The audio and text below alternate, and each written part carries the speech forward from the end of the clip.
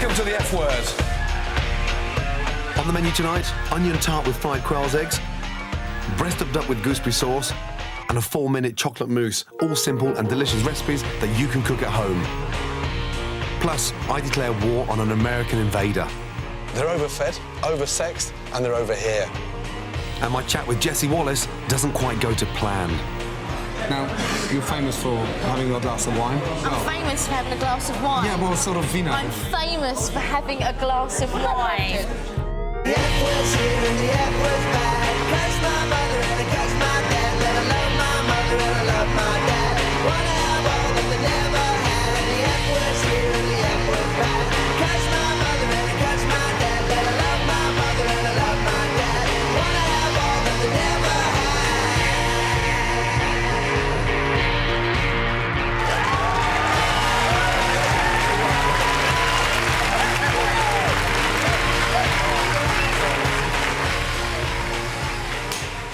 Gentlemen, good evening. Nice to meet you. Joe, how are you? Chris, Gordon. are you well? Very well, thank you. And Josh. Gordon. And Stuart. Very well, thank you, Gordon. So, Birmingham's finest. We are. We're like yes, so. apparently. The outskirts of Birmingham. Are you being snobby now? Yeah. Yeah? You're here because you're talented cooks. Yeah. Tonight's going to be completely different to how you'd run a fucking dinner party at home. Yeah? I can imagine. Let's get started then, yes? Yes, yeah. Cool. Let's go. OK, gentlemen, on order, yes? First tick of the night. For me, the first ticket is the most important. If we get this one right, the whole night moves forward. Yes, chef. Start off like a bunch of fucking donkeys. It's going to be a long night, yes? Yes, chef. Wakey, wakey, yes? On order, 4 covers table 10, 4 artichoke tart, 4 breast of duck, and 4 chocolate mousse. Yes, chef. Yes, chef. Tonight's starters a simple onion tart on a puff pastry base, served with soft and creamy quail's eggs. So, onion puree covers 90% of the base, yes? Yeah. These asparagus have been lightly blanched in boiling water, yes? Yeah. Lightly cooked, yes? Yes, sir. Artichokes, asparagus, yeah? This is not that difficult, is it? No, chef. 3 or 4 tomatoes. Make the tart look fruitful. Yes, chef. Parmesan. Yes, chef. The nice thing about this tart is you can do it any time of the year with different kind of vegetables from the season. Right, don't put them in the oven yet. OK. First of all, get 8 quail's eggs in a pan. Don't get them too hot, otherwise the eggs start blistering. OK? Right. Once all your quail eggs are in there, put your tarts in the oven. Right, Stuart? Yes, chef. Get those fucking chipolata fingers working, let's go. Right, guys, you should start getting some tarts in the oven by now, yes? Yes, chef. Come on. Come on, boys. Yours input, yeah? Stu, the quail egg is the easiest thing to do. You're here because you're a good cook. You can't even fry a fucking egg. Come on. Here, mate. My name's Joe. I feel at home in the kitchen. The knife feels at home in my hand. My dream is to have a chain of exclusive small boutique hotels around the world with fantastic restaurants in them. My name's Chris. Gordon Ramsay is a hero for me. A few of my friends think it's a bit of an unhealthy obsession, I think. My name's Josh. I tend to be very quick thinking in a fast restaurant. You need that. I wouldn't say I'm the best cook. I just wouldn't say... Nah, actually, I would say I'm the best cook. My name's Stuart. Cooking for me is all about timing and precision. Myself and the other guys are 100% committed. We're in it to win it. Gordon Ramsay's a bit of a pussycat, really. He can shout. He's like Delia Smith and Simon Cowell's love child, isn't it, really? We're very good at cooking. Cheers. Best of luck. For us, it's all about winning. I'm not interested in coming second. Yeah. Service, please. How much vinegar you put on there? Just a drizzle. Stu, why'd you do that? Look. Sorry, chef. Look. I mean, I'm not being funny, but look. I mean, how much vinegar you put on there? Yes, chef. Huh? Look, just touch your finger on that fucking thing now. What? Soaking. Yeah, it's soaking wet. Huh? It's fucking wetter than you. Start again. Yes, chef. Yep. Fucking hell. Right, Joe. Yes, Are they ready, yes? Yes, chef. Yes? Where's the chives? I thought it was on the plate. Sorry, chef. Come on, guys. That's enough. Just look, just a dribble, yeah? The idea is a nice crispy base, yeah? Nothing soggy. That's it. A dribble. Nothing more than that. Let's go. We don't serve soggy pastry, do we? No, chef. Service, please. Thank you.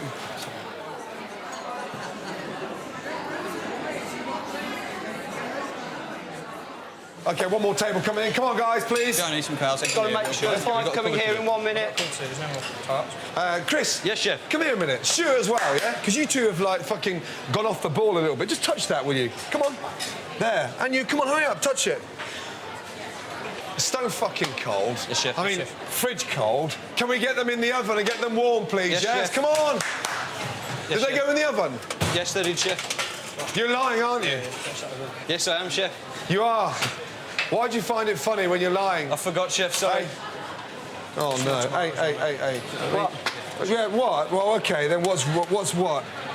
Soft, sorry, Chef, that's creamy fucking yolks, and I've got another omelette again. Hey, well, Chef, there's 4 there that are perfect. Hey, guys, come... Hey, listen, come here a minute. Just stop what you're doing. Hey, 2 seconds. All of you, come here a minute. Come here. How are you going to feel at the end of the night if I just bang this shit out? You're arguing with me with a flat fucking pile of shit. I don't want to argue with you guys. I just want to get it right to get it out. Yes, Chef. Every time I say something, you're all got a fucking bunch of chippy little fuckers that want to tell me that how good you are. Because right now I think you're shit. Yes, Chef. Service. Go. Go, please. Last table, yes? Clear down, yes? Fucking hell. There's just one more week before my pigs, Trini and Susanna, go to the slaughterhouse. And as it's one of the hottest days of the year, I have to take extra care that they're coping. They're not moving very fast in the heat. No, well, don't forget, they suffer sometimes the heat. Come here, please, Meg. Behind the ears. There you go. See? She likes that. Hey? Pigs have no sweat glands, so to keep cool, they like to cake themselves in mud.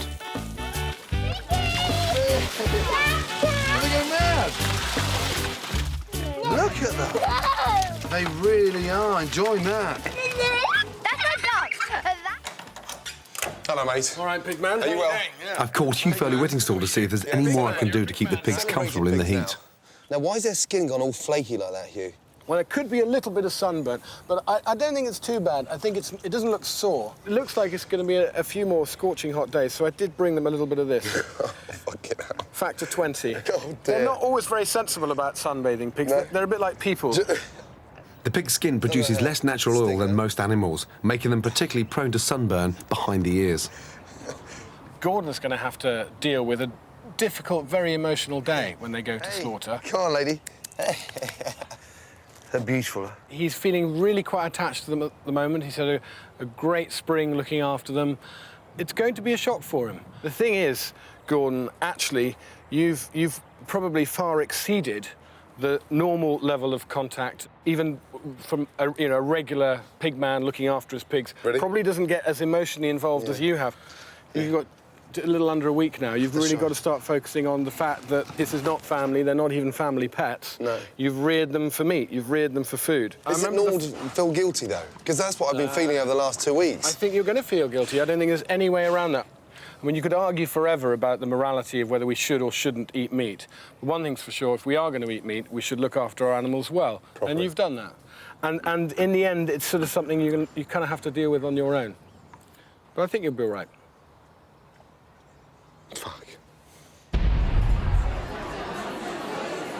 The artichoke, the egg, everything, it all went together really well, I thought, and it was all quite tasty. I actually really enjoyed it. I found the pastry a little bit tough to get through, but everything else was absolutely lovely. Gordon. OK. What's the results? 24 people are not paying for the Why stuff. not? A few different reasons. One of them is the base is solid. Another one is it's too soggy as well. Soggy? Yeah, with the vinegar, you know, too much vinegar. So solid and soggy? Yeah. I can understand it being soggy because they fucking sit too long, OK? But solid, it could be if they overcook them, but they flash them to the oven for 30 seconds. Yeah. How long will you put them in the oven for? 30 seconds. Anyone put them in there longer than that? No, chef. No, chef. No? Or you forgot to put them in at one stage. If it's hard and they can't cut through it, that's either it's been in the oven too long or, yeah, they're stone cold. The chef. Yeah, chef. So 24 customers don't want to pay for their starter? Yeah, they're not paying at all. That's just under half the dining room. Yeah, I know. It's bad. So they like duck? Let's hope they like duck. I think we're fucked. Let's go, chef. Christ almighty. Half the dining room. That's the fucking joke.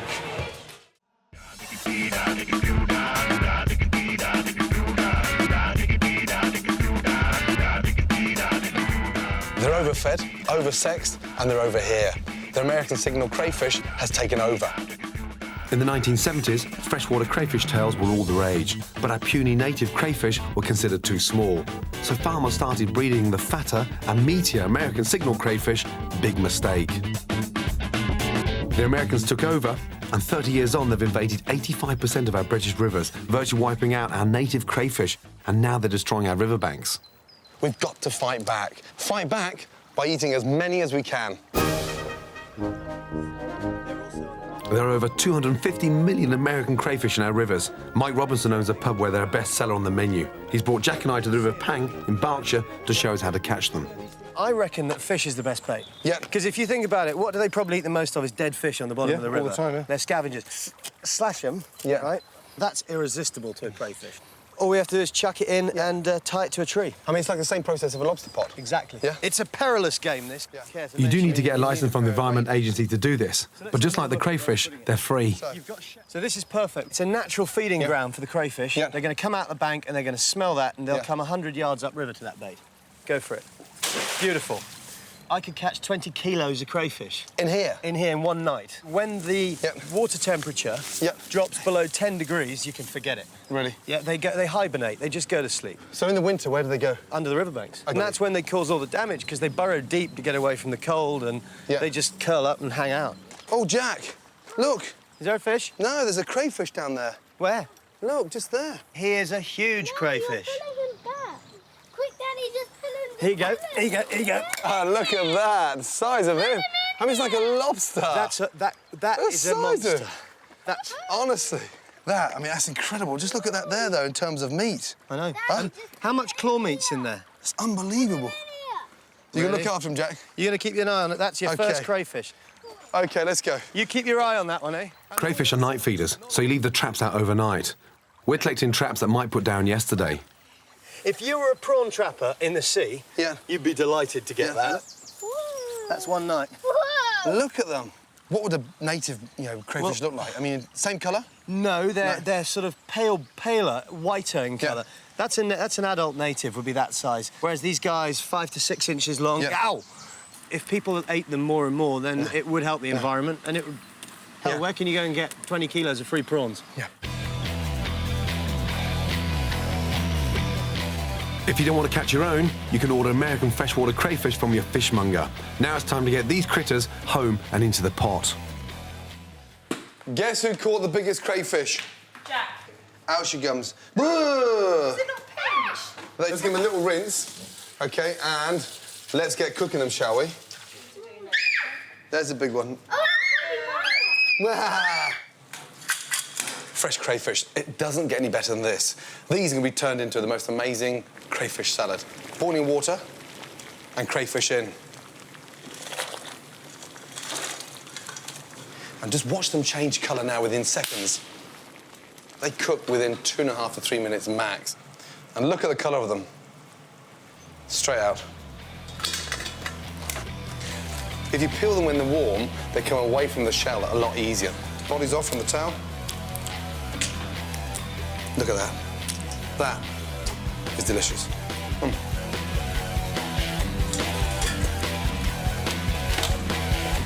Slow roasted tomatoes, green salad, freshwater crayfish tails and vinaigrette. There you have a delicious crayfish salad that costs fuck all.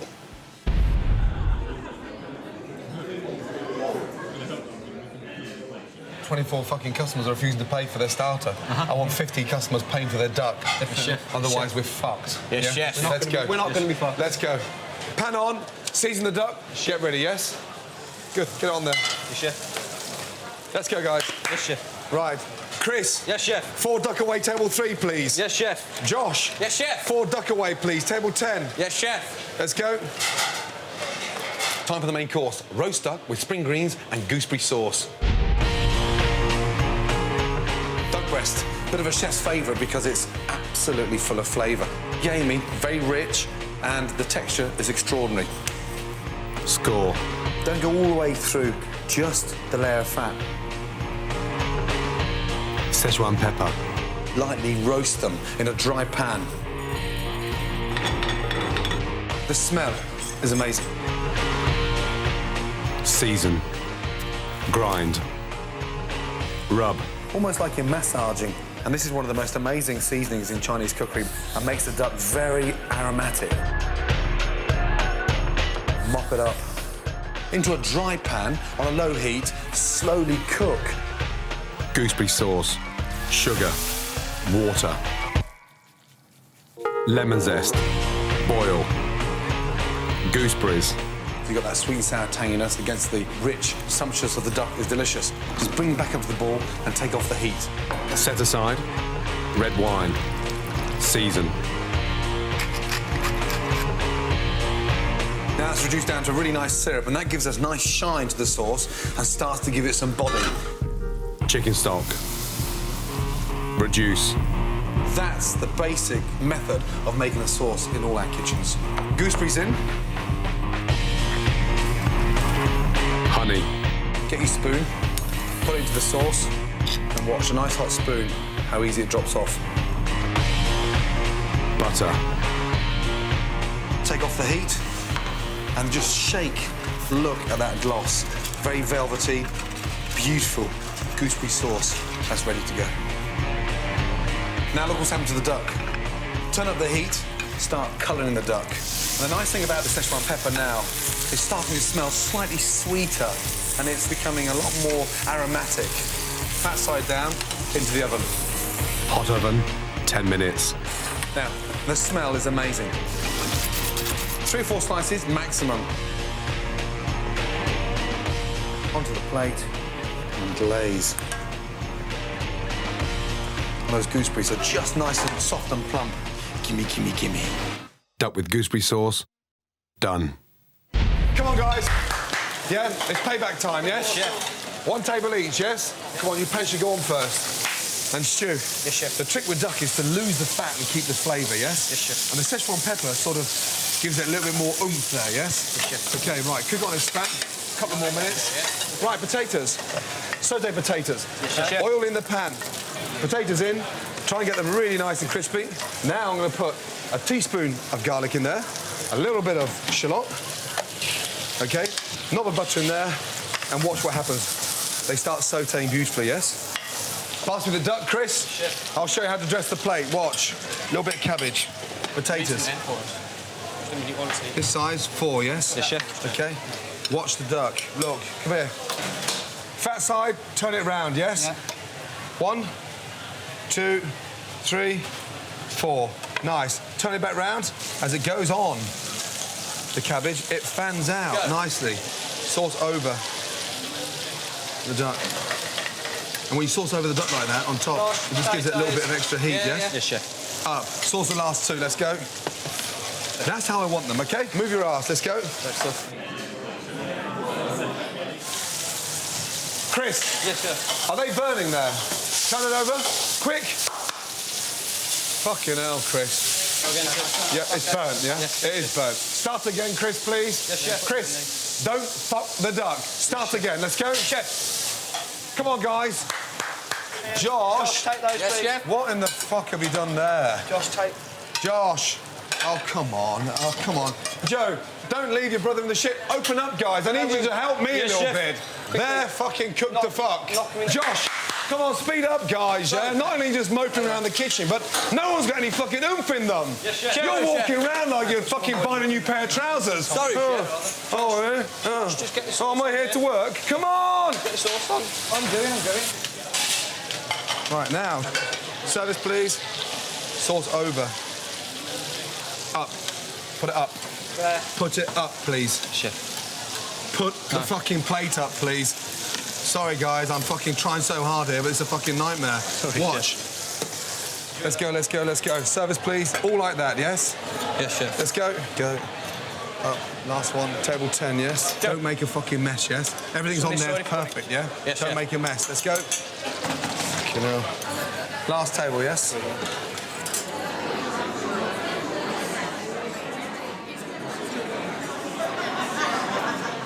Fucking hell, Giles, yeah?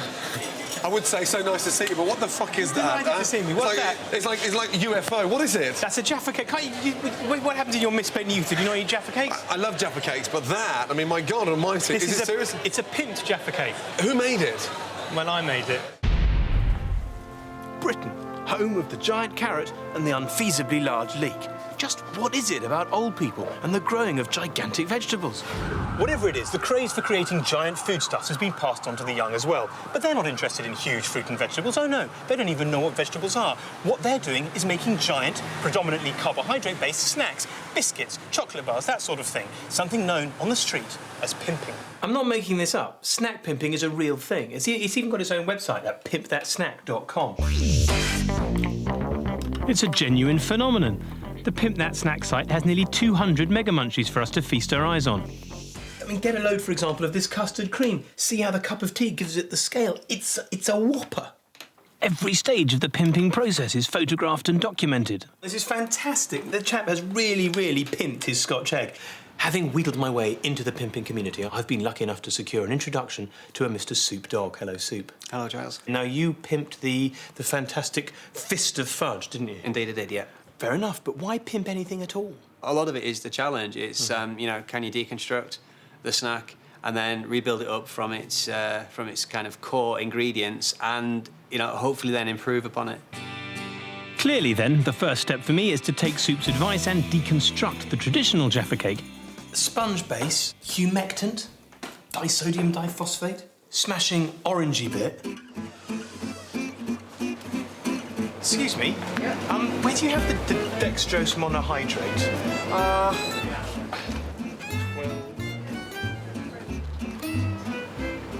If anybody stops and asks, personal consumption. Righty-ho, I need 240 grams of butter. That's 1.5 kilos. 450 of sugar. 6 tablespoons of corn flour. 18 eggs. The base is the key. If I can crack that, I can surely crack the giant Jaffa cake. Voila. Now, the problem is, of course, that the domestic oven, particularly mine, is not big enough to cope with a giant Jaffa cake, a pimped snack. I'm hoping you can fit this in your oven. OK, let's see how it's turned out. It has Jaffa cake written all over it. To make the orange filling, I used a couple of packets of tangerine jelly mixed with boiling orange juice and some additional gelatin. OK. The zesty jelly centre in its wet state. Right, time for the smashing orangey bit. Easy. Another picture. It just rolls off the edge. You have to remember that I'm not just baking a cake, I'm pimping a snack. I'll send my pictures to the website where they'll join the other 200 snacks pimped to date and be subject to peer review. I named my pimped snack Jaffa Quake. Within 24 hours of my posting it, it went straight to #1, with over 300 voters giving it an average score of 9.24 out of 10. I love Jaffa cakes, but Christ almighty. That is fantastic. How about that? That really looks like a Jaffa cake. Got one of your hairs in there, Giles. Is that hairs or...? It's one of my girlfriend's hairs. It's a girlfriend's hair? Yeah, we did it in my kitchen at home. I have to say, you know, I thought it was going to be delicious. It doesn't taste that good, do you know that? It tastes terrible. It tastes fucking plastic. Do me a favour. Fuck off and take a Jaffa cake with you. Thank you very much. I hope you have success in all you do. Thank you, Giles. Oh, dear.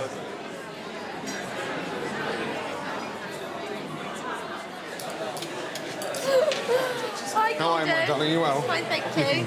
You're looking great. Thank you. Nice to see you. Ladies, how are you? Hi. Did you enjoy your main course? Happy with? Fantastic. Would you pay for dinner?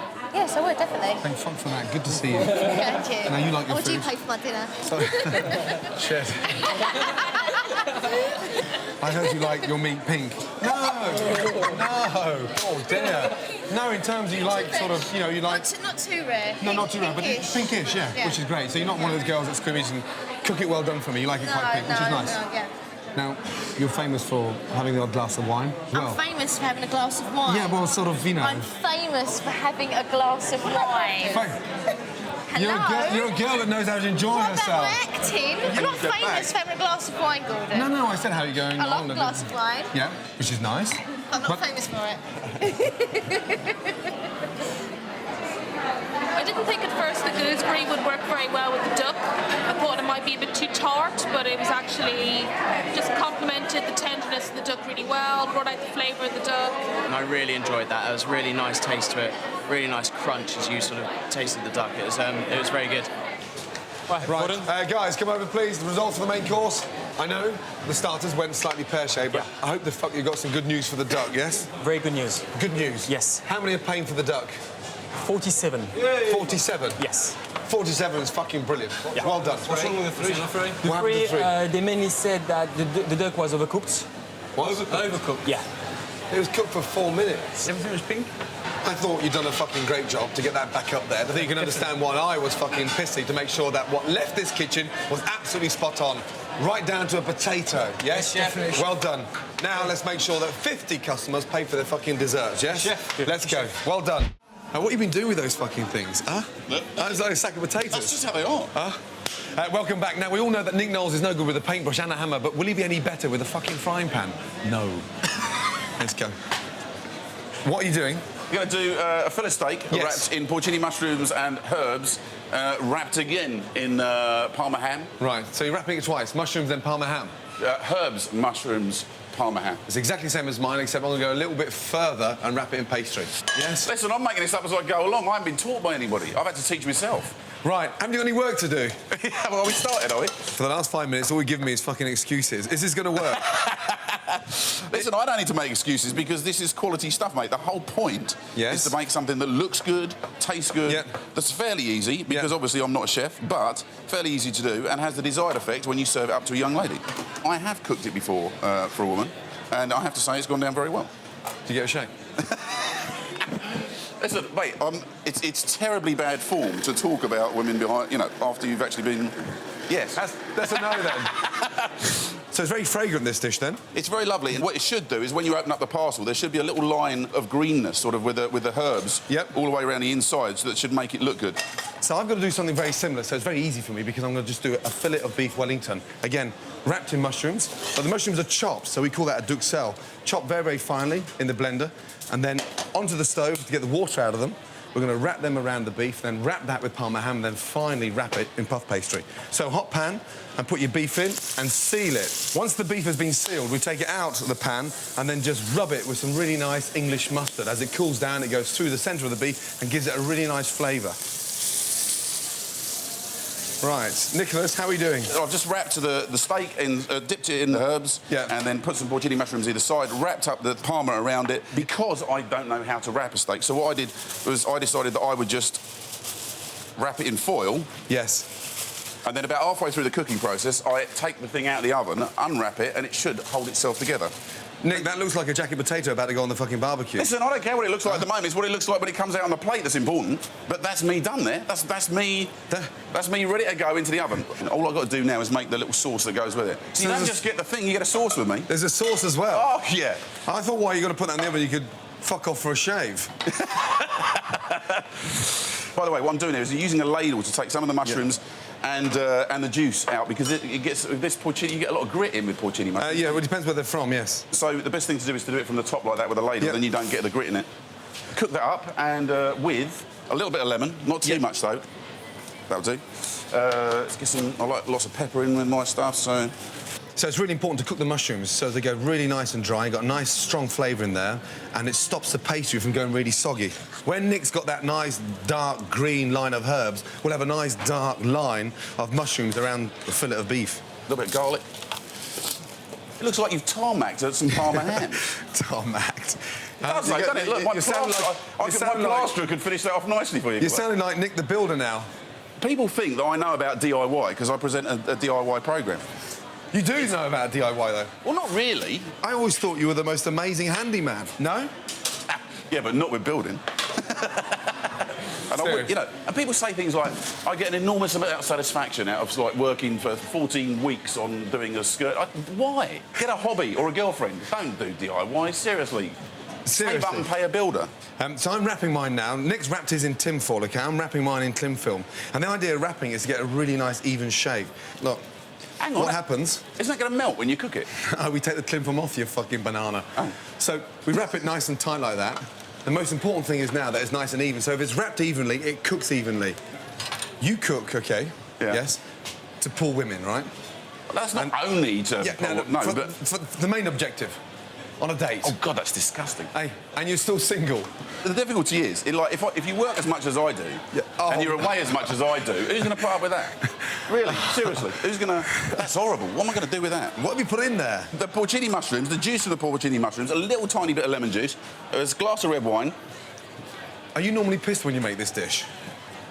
Listen, it's worked before. I'll tell you what that needs is the meat juices. You've ruined it because I've had to wait for you to cook my steak. Otherwise, by now, I'd have the steak juices to put in it to make it OK. What am I going to do with this to bring this back round again? So, pastry on, and then egg wash it. And the egg wash obviously helps to stick the pastry together. So it's a very similar recipe to what Nick's doing, except mine's just finished, whereby it's wrapped in puff pastry and then rolled. Well, I'm ready for the oven now. Are you? Yeah, I'm ready to go. Yes? So I'm just going to quickly, lightly season it.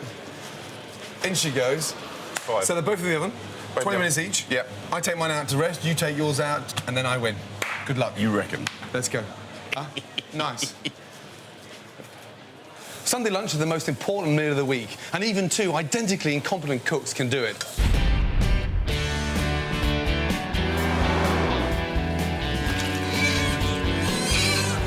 Sunday lunch is a big deal for me. I dread it because my kids expect their Sunday lunch. It's difficult because I work night shifts. When I come home, I'm tired, and all I want to do is just get the dinner done. I dread it because everyone is going to moan at me. As soon as I sit down, there's going to be something wrong. Mummy's food is very bad. I don't like it. I burn everything I cook. Absolutely everything. Sunday lunch is pretty non-existent in this house. There's no preparation, it's all thrown together. Right, I'm just going to pick up the nurses that have just finished their night shift, take them home, show them 2 or 3 things, and hopefully they'll keep their uniform on. Oh, my Ladies, God. now, who's who? I'm Joanne, and I'm Wellington. No, one at a time. Cool, shit. Seatbelts on, please, ladies. You know, I've never been to a delivery yet. I can't believe that. You know, I'm only being honest with you. I'm not, because I 4 children and no delivery. Yeah, I know, but if I was a lady and I had a vagina, nothing would be coming out of it the size of a fucking 8-pound baby. Right. You've got 4 children between you? Yeah. Yeah? Who gives them a good dinner? They have the school dinners, they enjoy Well, they eat at school anyway. I know, but they have a decent meal. Yeah, something to eat. Have a sandwich when they get home. So the kids know they get better food at school than they do at home? Yeah, that's right. Oh, my God. What's in here? What is that? Honey glazed roasted parsnips. They are fucking disgusting. Oh, fuck me. That's roast potatoes. Yeah. Jesus Christ. Fucking frozen roast potatoes, frozen parsnips, and now there's not even any markings on the fucking oven. How do you know what's hot and what's cold? I don't know, we just turn it up full whack. Actually, I do know when it's done. When the fire alarms go off in the house, when they start going, then I know that dinner's... Oh, it's done! Christ. You look fucking great in uniform, but I don't think we can start cooking in those. Yeah? Yeah. Go and get changed. Don't come downstairs with the same clothes. Please? Right, ladies. What we're going to do is keep it simple. So we're going to do something that's all in one pot. Something that's not stressful, straightforward. So it's a chicken fricassee. A little bit of flour on the plate, OK? Now I want you to put the chicken on there, please. Now, the idea of coating it in flour, A, it gives it a really nice colour on the chicken, and B, it helps to thicken the stock whilst it's cooking. Good. Into the pan. Careful, watch your fingers. Good. And then in there. OK, we're going to do the vegetables. Now, what we're going to put in there is carrots, onions and celery, OK? Right, OK. So we're going to try and keep it really nice and sort of chunky, so as they don't cook too quickly. Good. Now, vegetables in, just put them in there. A little bit of rock salt in there, please. What do you think we're going to do now? What are we going to do? Yeah. Put it on a plate? Yeah, no, you're going to fucking poison someone. The chicken's raw. What a fucking nightmare. White wine in. Then add stock and simmer for 30 minutes. The flavour is 10 times better than that shit in your fridge. Serious. It seems quite straightforward, doesn't it? It is. Yeah, definitely. Now we show.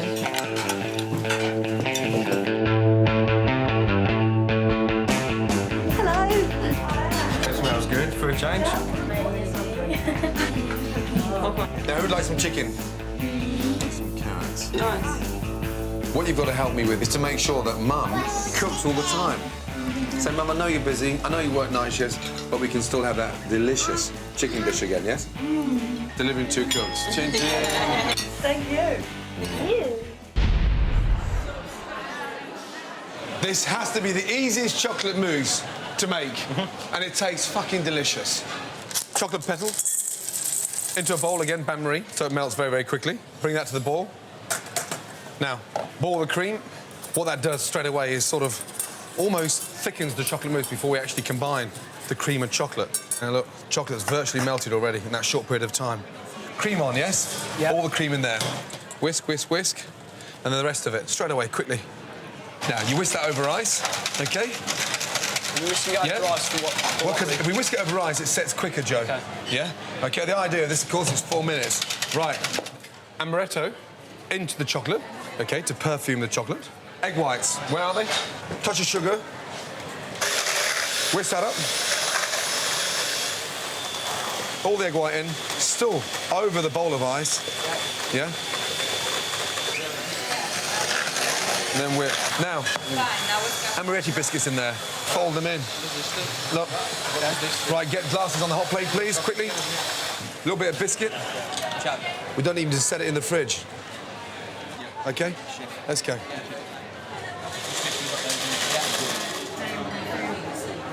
The F-Word's culinary cruise missile, Janice Street Porter, insists she wouldn't put any old thing in her gob. Time to find out what she's been putting in this week.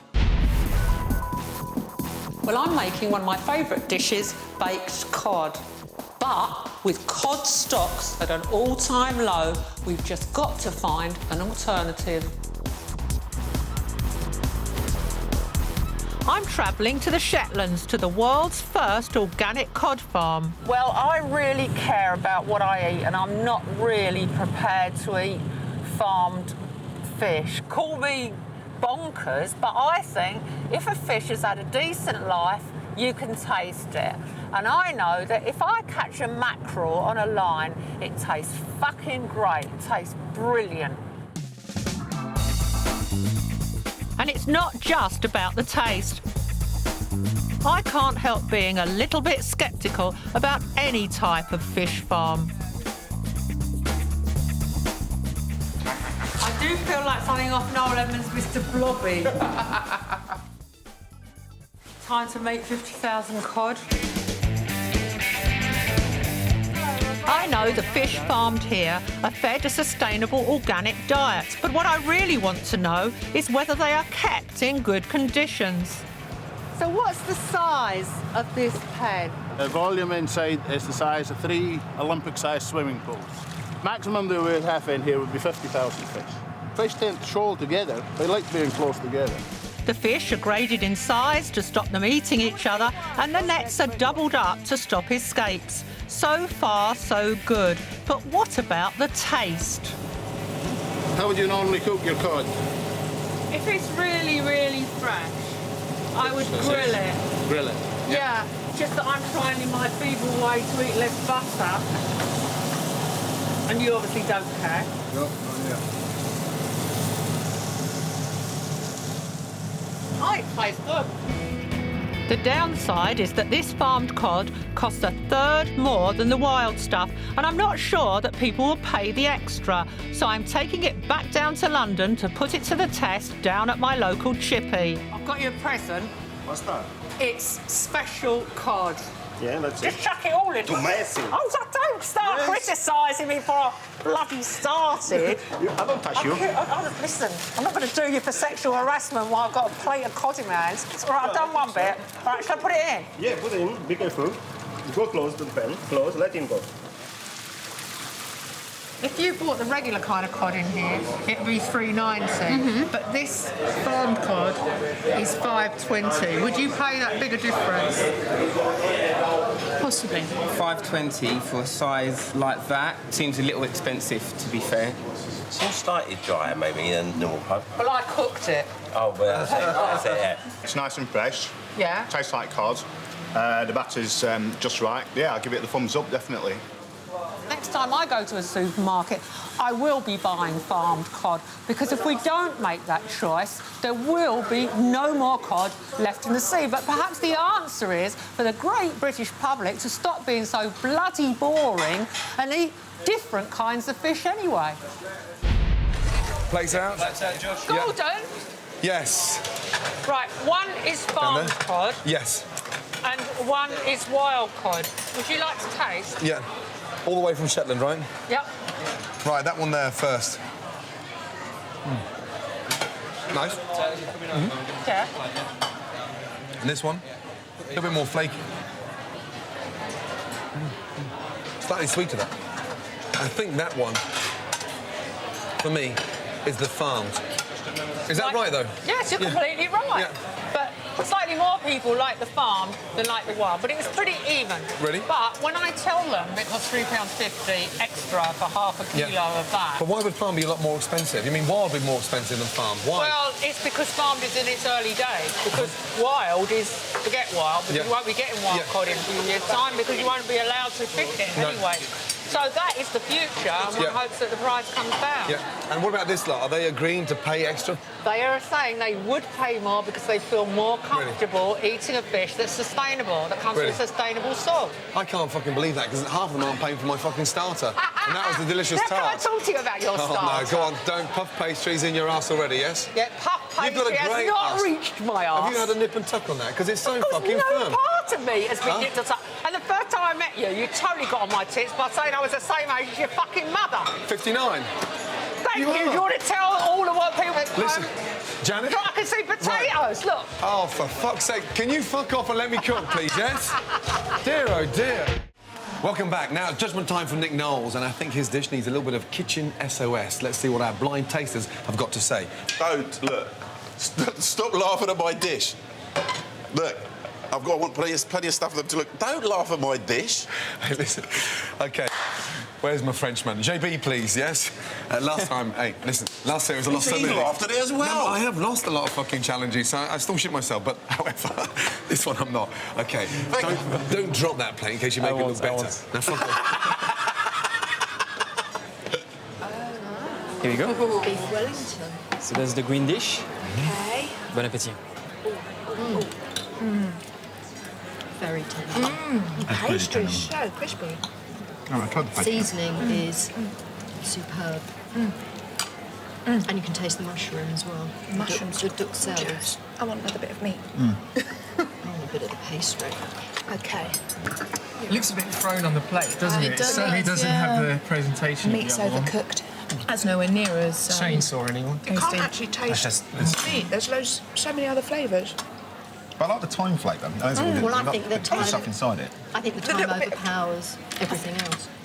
Nervous? Nervous for you. I don't know how you're going to live it down. Well, I know, but I mean, proofs of the flavour, yes? Yes. Is this man going to stay single for the rest of his life, or has he got a chance of pulling a bird that actually enjoys his food? I'm going to tell you. So, actually, it might be hard, but the overall winner for today is... Bien joué. No! Yes! Yes, get in there. Was it, Did I get 8? Was it a close score, or was it... No, actually 5 out of 5 for you. 5 out of 5? Yeah. Get in there! I'm taking a mickey. 5 out of 5? Yeah, but yours was a pile of shit, so... 5 out of 5. I can live with that. Well done, big boy. Yeah, now do me a favour. Yeah, stop cooking and fuck off out of the kitchen. Yes? Thank you. Take care. That sucks.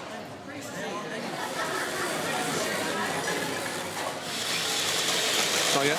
Glasses out, yes? Piping back there. Ready, guys? Here we go. Come behind Stuart with the 4, yes? Yes, chef. Cheers, mate. Come on, guys. Yeah. Need to whistle, don't we? Yeah. Biscuits. Biscuits. Yeah. And look. Chocolate.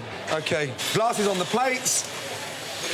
11, yes. Combien, Cap? 5. OK, good. Table 11, please, ladies. Go. Okay, let's go. Thank you. 2 seconds. I thought it was absolutely delicious. On the first spoonful, it was very light and fluffy, but there was also some crunchiness. It was like a very sexy Malteser. I think it finished the meal off perfectly. It wasn't cold, so it was a little bit Angel Delighty a little bit. It was kind of soft and warm and... No, it's a bit nothingy, so I wasn't a great fan of it, really. I loved it. I could have carried on eating that until tomorrow morning, non-stop, and probably just had 20 minutes to go and lie down and then carried on again. It was bloody brilliant. Jean-Baptiste. Hi, Gordon. Yeah. OK. Good. results for the dessert? Yes, so... I know we're slightly slow, however. Yeah. We weren't missing that little final drive, that little bit of oomph right for the end. 12 people are not paying for the chocolate mousse. Really? Yeah. 12? 12, yeah. Why so many? Too simple.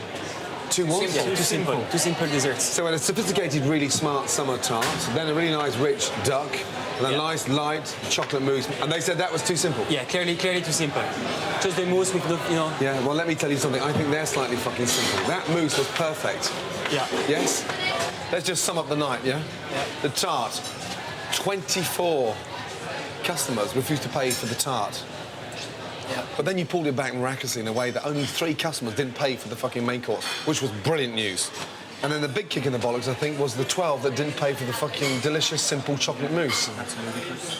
So that means 111 plates that we served tonight were paid for, and 39 refused to pay. That's not good. You know, it's not fucking diabolical, but it's along the fucking mediocre level. Yeah. Serious? Yeah. And I'm not here for fucking mediocre. Now clear down, yes, and let's get fucking home, yes? Yep. Yeah? Indeed. Back to our day jobs, yes? Yes, chef. Little polish on the stove, please, yes? Yeah. Yes, chef. Yes? Thank you. Welcome to the F word. On the menu tonight, crab rolls with a fresh mango salsa, beef fillet with mushroom gratin, and a foolproof hot chocolate fondant, all simple and delicious recipes that you can cook at home. Plus, John Thomson gets me to try his favourite tipple. Can't handle it. Can't handle it. And it's time to say goodbye to my pigs. I'm not very happy to see you girls go. The F word's here and the F word's back. Curse my mother and I curse my dad. But I love my mother and I love my dad. Wanna have all that they never had. The F word's here and the F word's back. Curse my mother and I curse my dad. But I love my mother and I love my dad. Wanna have all that they never had.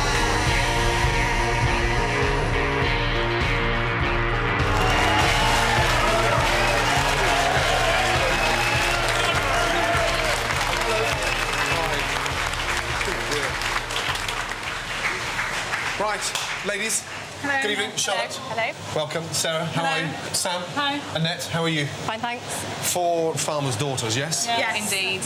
Cooking at home for a dinner party may sound somewhat glamorous, but cooking for 50 customers is a different level altogether. The most important thing is making sure that every customer pays for every plate that we send. Yeah. And if it's not right, I'm not going to send it. Yeah. Okay? I want to see a little bit of inbuilt standards. And if you're not happy with it, don't bring it to me.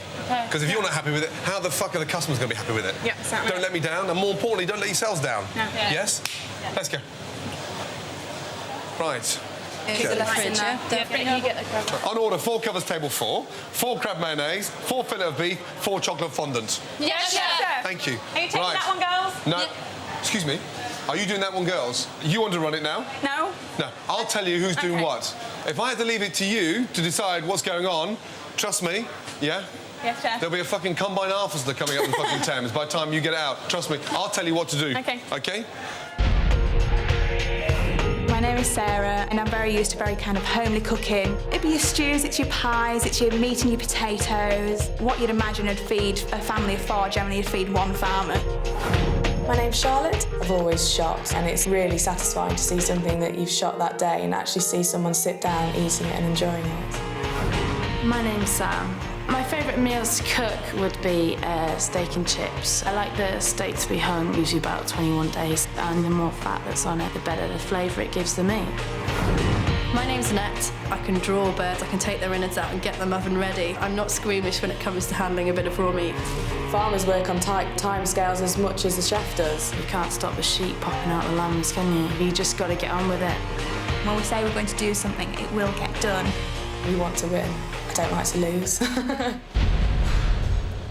Tonight's meal kicks off with crab rolls with a mango salsa, the perfect summer starter. Quickly, ladies, please, yes? Make sure they roll them nice and tight, OK? I don't want them all bursting everywhere, OK? Right. For some bizarre reason, I don't know why, but yours looks terrible, yeah? Not nice at all, yeah? But they're not even closed up. Take them back, please, yeah? And start again, yes? Yes, chef. Yeah, Sarah. You gotta, let me show you one again, look. Fresh picked crab meat, yes? Yes. It's nicely chilled. Little touch of chilli, touch of shallot, and then a touch of mustard and mayonnaise. Mix that in. Good. Now, roll it nice and tightly. Yes? The idea is to sort of, almost like a spring roll, yeah? Yes, chef. Something nice and neat that you can pick up with their fingers. Then you get your mango salsa, which combines mango, chili, red onion, lime juice, and mint leaves. Just a cutter in there, just to keep it nice and sort of positioned. And then we can sit sort of one roll. Don't squash it madly, just down nicely. Now, there we go. Yeah? If that's all open, look, that one goes, they pick up that there, you know, Yes, look, chef. that's Yeah. what's going to Yes, happen. chef. Yeah, come on, let's go. Come on, ladies, this is fantastically simple. So something this simple has to be perfect when we go out, yes? Yes, chef. Thank you. Annette, are you happy with those? Annette? Yes, chef. Yeah, would you pay for them? Yes, chef. Yeah, so would I. Let's go. Table 4, please. Oui.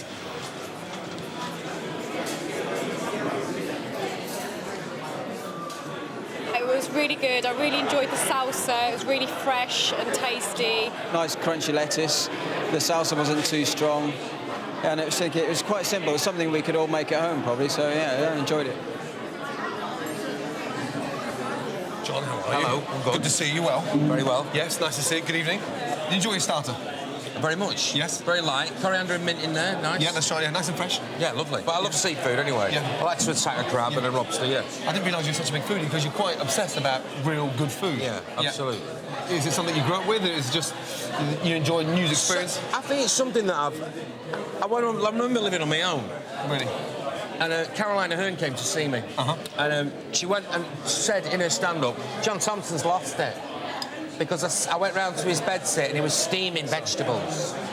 Yes, so that's in Northern, steaming vegetables is you've lost it. Yeah, I don't think about you steaming vegetables, though. You don't look like a steamed veg But that man. was cooking for one, you see, and that put me off. But what it is, when you get in a relationship, that's when you start to cook, because you want to please your partner and see the reactions, and then you take it further dinner parties. Yeah. So were you having a date with Caroline when she came round? Was it No, not at all. No romance. Did you ask her back for coffee? No, I was cooking for myself. She was just coming round, caught me mid-steam. OK, mid-steam. Now, are you feeling confident about the recipe challenge? Fairly. Yeah? Yeah, fairly. Where's the recipe from? Recipe from a bit of my mum, yes. bit of good housekeeping, bit of family circle, and a bit of me. Yeah? Yeah. You excited about it? I am excited about cooking, yeah. Any last-minute changes, or...? Well, I thought about caramelised apples with pork, but I pulled it out. Yeah, good. I pulled that up. No, I'm not that one on the end. I'm gonna fucking whip your ass, big boy, yes? Go. I'll see you in the kitchen later, See you later. yes? OK. All right, mate.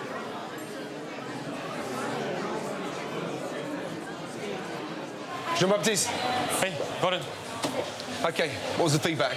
It went very well. It went very well. 48 people are paying for the starter. 48? That's fantastic news. Yeah, fantastic news.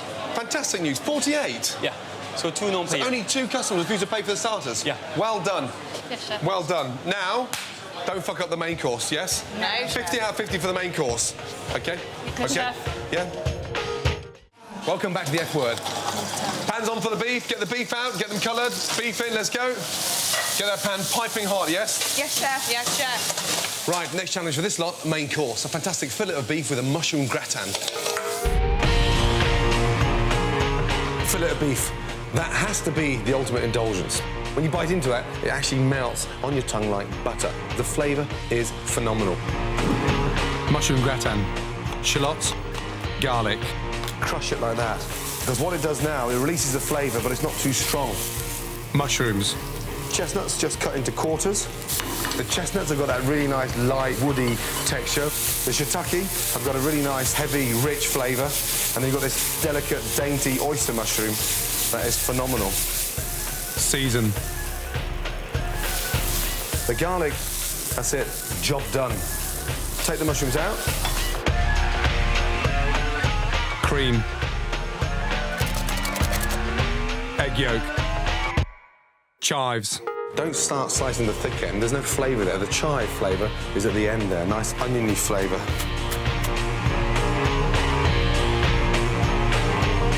Look, beautiful. That's it. Cooking the fillet steak, got to be a little bit precious with this because it's a delicacy and it's not lined with lots of fat. Colour it, but don't brown it too much, otherwise it goes dry. Touch of salt and pepper in. And look at it. Yes, it's sumptuous. Yes, it's expensive, but boy, is it worth it. That is perfect.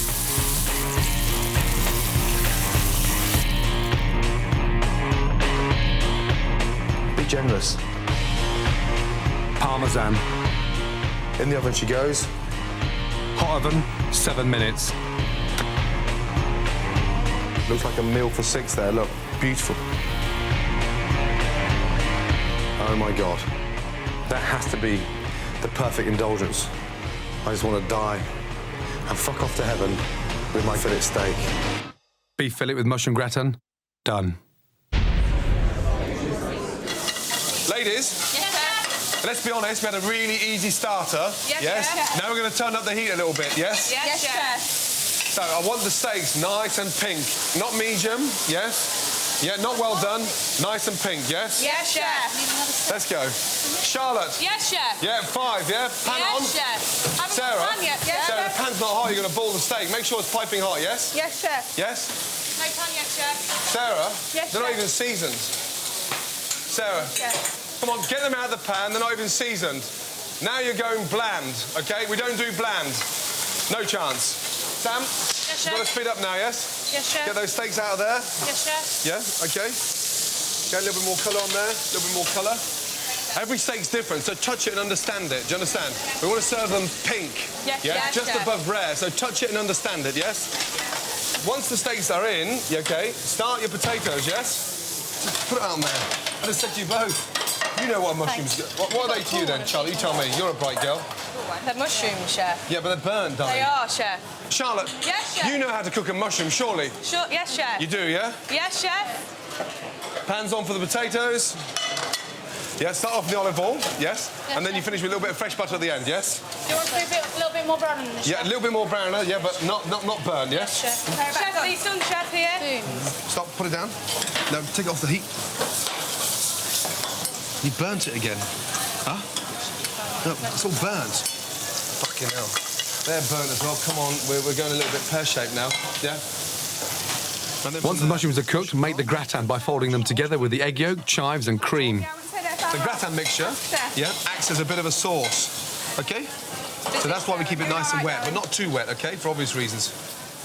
Right, in the oven. Yes, Yeah, Chef. a little bit of cheese on top. Yes, Chef. Good, in the oven. Those potatoes look fantastic. Right, watch. Up, into the centre. Just to the left of the centre. Yeah? Yes, Chef. Right, you do the next two. Yes, Chef. Yeah. Let's go. Now, put it on the plate with a little bit of finesse, yes? Yes, Chef. Presentation is crucial. Where's our oil? Service, please. Yes, Chef. I don't know if they're done. I've no idea.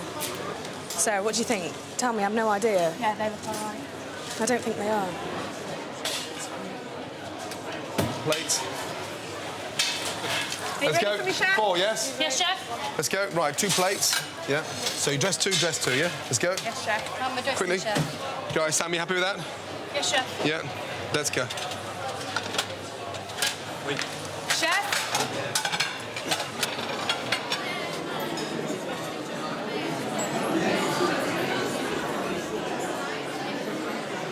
Now, it's almost time to say goodbye to my pigs.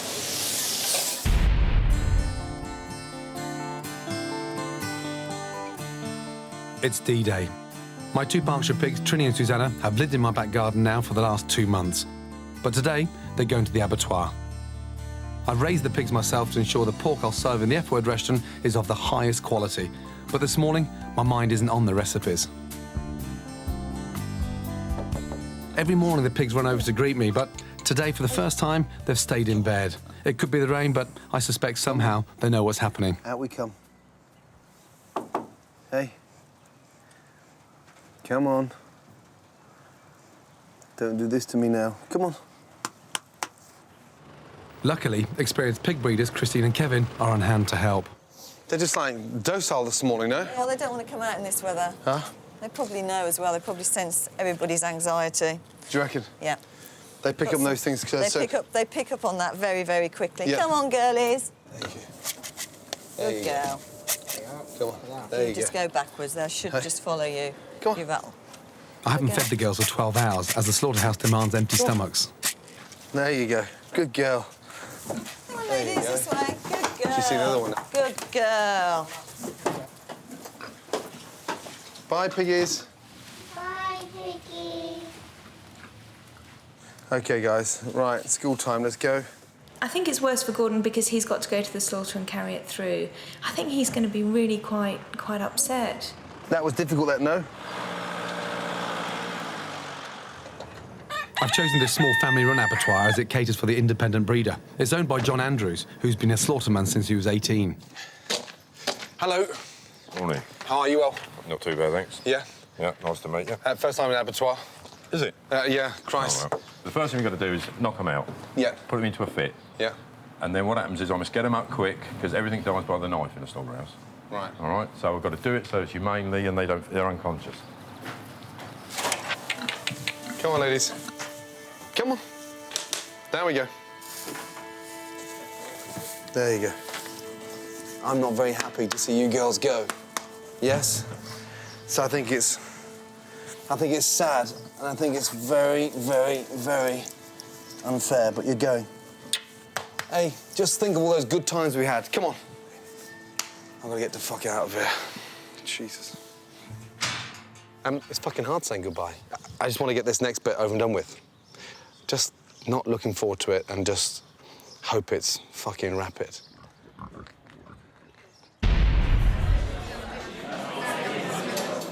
Gordon, table 5 là. He's not cooked enough. Huh? Fucking hell, table 5. Charlotte, come here quickly. It's supposed to be pink, yeah, not fucking raw. Just look at that there. Look, I said pink.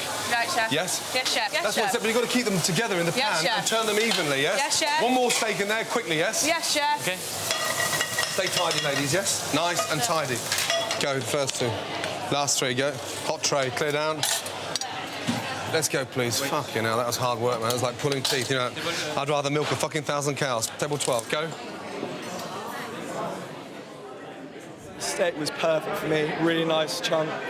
Great mushrooms, brilliant. Don't need anything more. Perfect for me. Loved it. Greasy, really greasy potatoes. There was an oil on the plate which seemed completely irrelevant. Absolutely brilliant. I mean, the beef was very tender, very kind of soft. I mean, you hardly needed a knife to even cut it. The mushrooms on top. I don't even like mushrooms, but brilliant. OK, results of the main course. Yes, John Baptiste. Feedback from the customers. What was the feedback? Quality of the beef was exceptional. Yeah, quality was good. Yeah. But we still have 24 people who are not paying for the beef. That's just under half the dining room. Yeah, Why? it's not half of the dining room, yeah. One was raw. Yes. Yes? OK, the main problem is the waiting time. Too long. The waiting time? Yeah.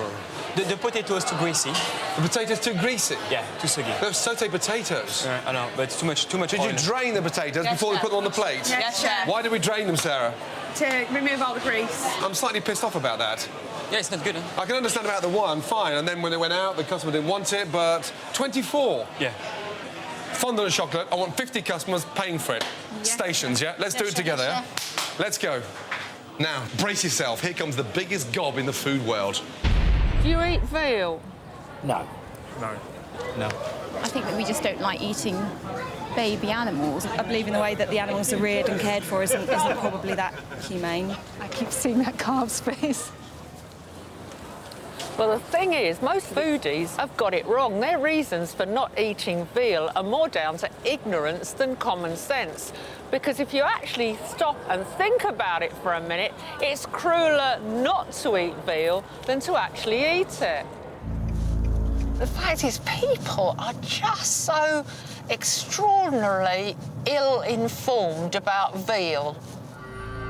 10 years ago, the animal rights crowd persuaded an awful lot of us that veal had to mean baby calves in crates condemned to a short and miserable life. I want to reassure all those viewers who still might be clinging to the idea that being a veal calf in Britain is a miserable existence. I want to prove them wrong. In Britain, veal crates were banned 16 years ago. So, what is rosé veal? Rosé veal is veal that's been reared with access to daylight, access to roughage, room to move around. That's why the meat is much pinker, hence the name rosé. People think it's better for being white, but I don't believe it is any better. But what about lamb? I mean, how old is lamb when it's slaughtered? It's about 4 months old. It can be as young as 4 months. And how old are these? 6 or 7 months. I'm sure the public think that veal is a cruel process, and certainly British rosé veal isn't. We need to start backing farmers like Mike because the ban on live veal exports has just been lifted, which means that little dairy calves can now be exported to the continent. I'm going to start my support for British veal now by getting stuck into one of Mike's veal chops. Do I look like Desperate Dan? Well, this is like... this, honestly, Mike, this is the biggest chop I have ever seen. All I've done is season it and I've put some thyme on it. So where do you sell most of the veal that you do? A lot of the veal goes direct to hotels, specialist shops, outlets, because the supermarkets aren't really interested in a small niche product. But that's ludicrous. Here we have this homegrown organic product that they're not willing to take a chance on.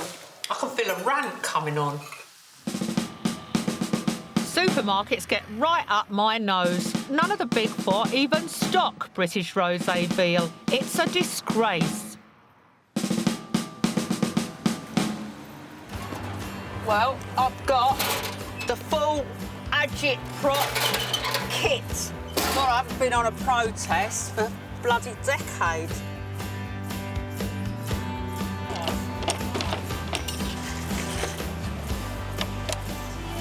I was born in that anti-Vietnam demonstration.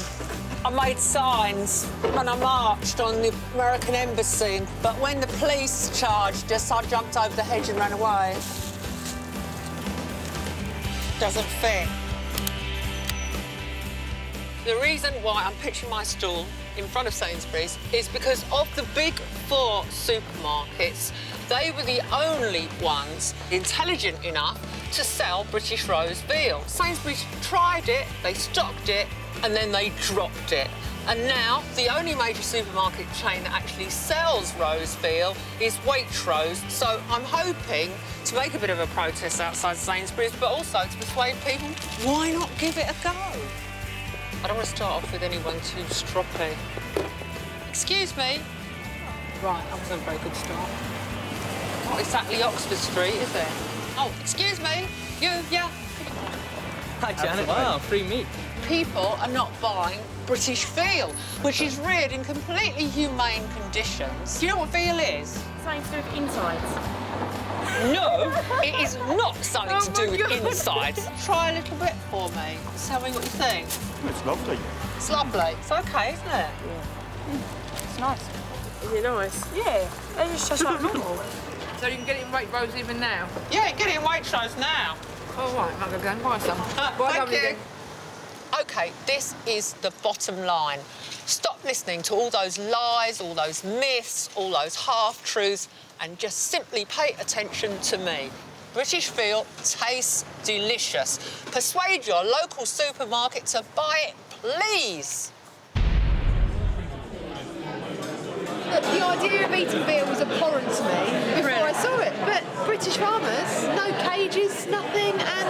So they did change your mind? Definitely. Do you want to have a taste? I will, and it's going to be my first time, so... And I do like very never, ever, because of that one reason, so...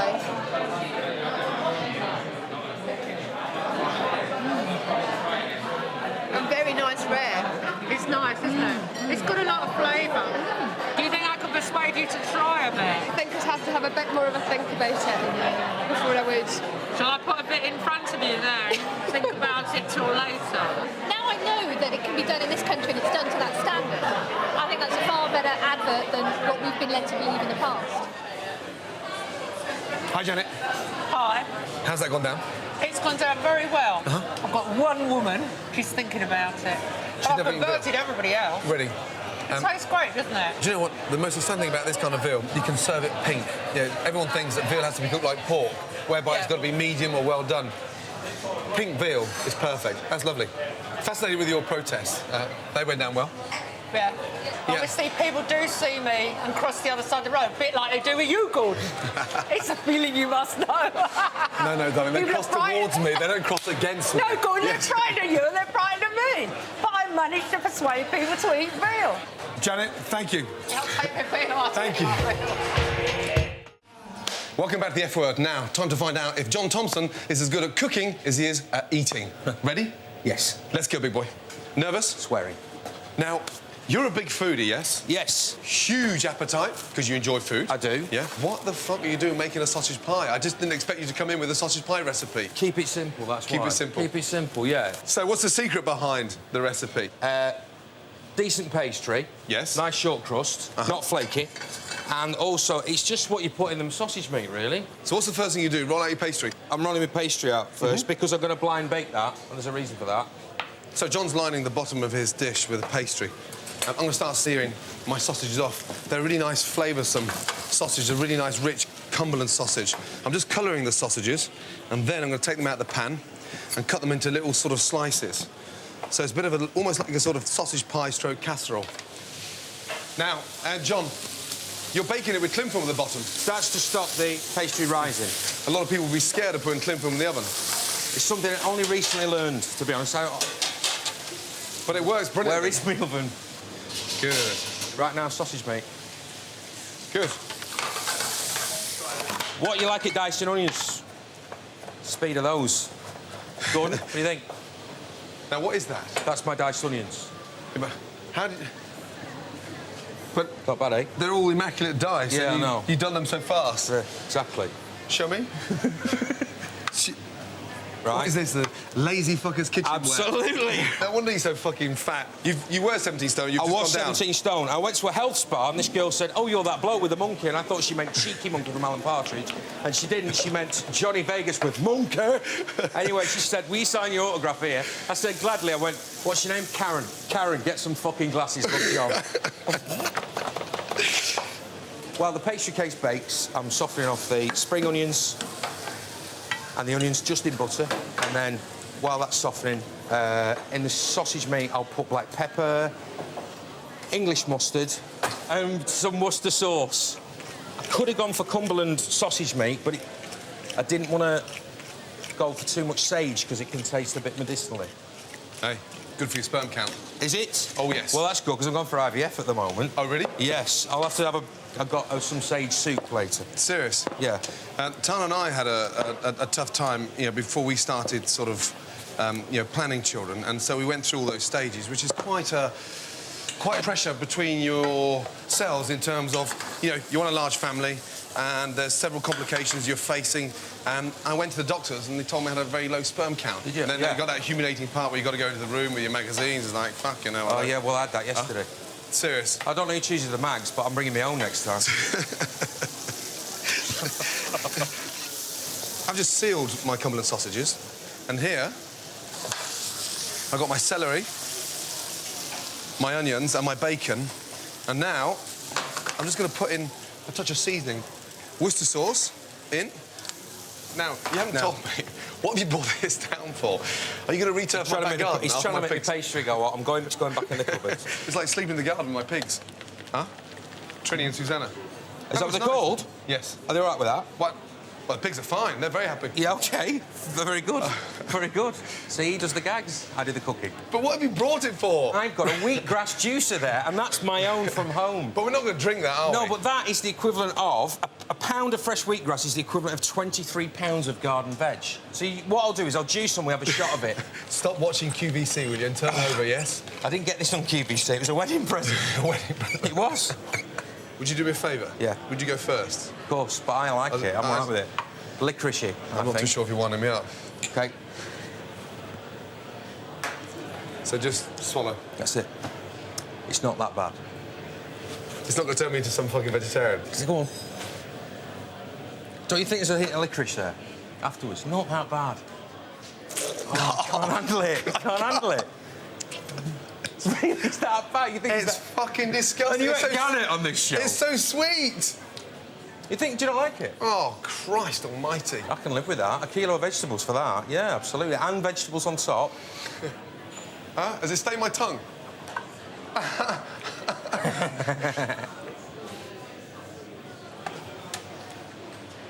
Well, now look at that. Look. Then a few more spoons of my onions, bacon, celery. Now that needs its pastry on top. God, just put it together now reminds me so much of my mum's Sunday lunch, because that's what we'd sit down and eat every other Sunday. Putting a pie crust on, but slightly skew with. I've just got... I'm going to have to try and shift this now that way a bit. Ooh! John, you know I said they are blind tasters, but they're not literally blind, you know? OK, they have, they have sight. Oh, really?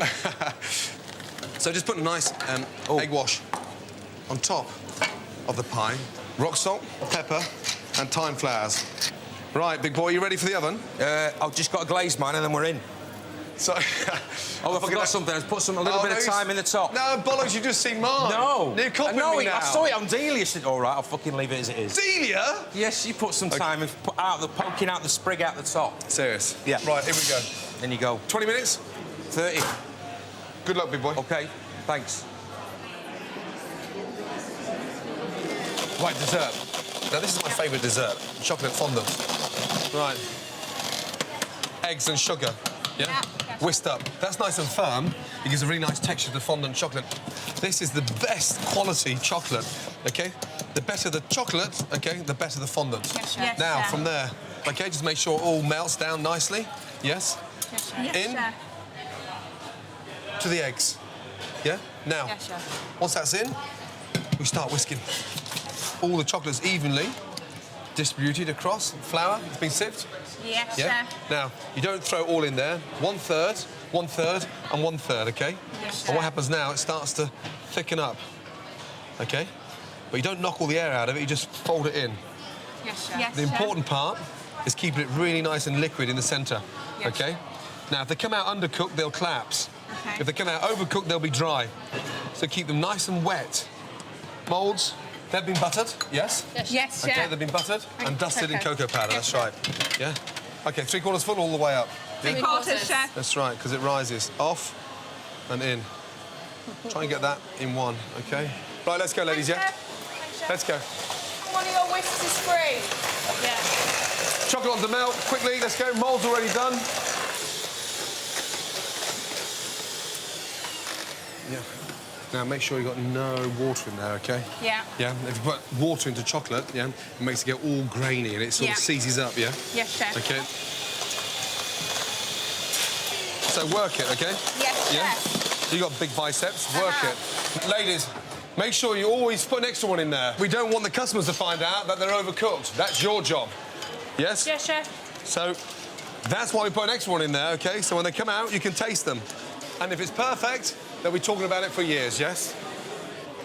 Tonight's brigade may be slow, but they're a damn sight quicker than this lot.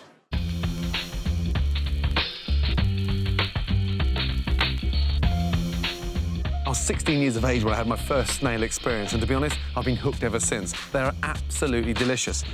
The problem being, of course, the snails I've eaten have all been bloody French. Now, are the Brits actually better at producing snails than the French? And more importantly, as a nation, why aren't we eating such delicacies that are on our doorstep? And if they're not on your doorstep, they must be in the fucking back garden.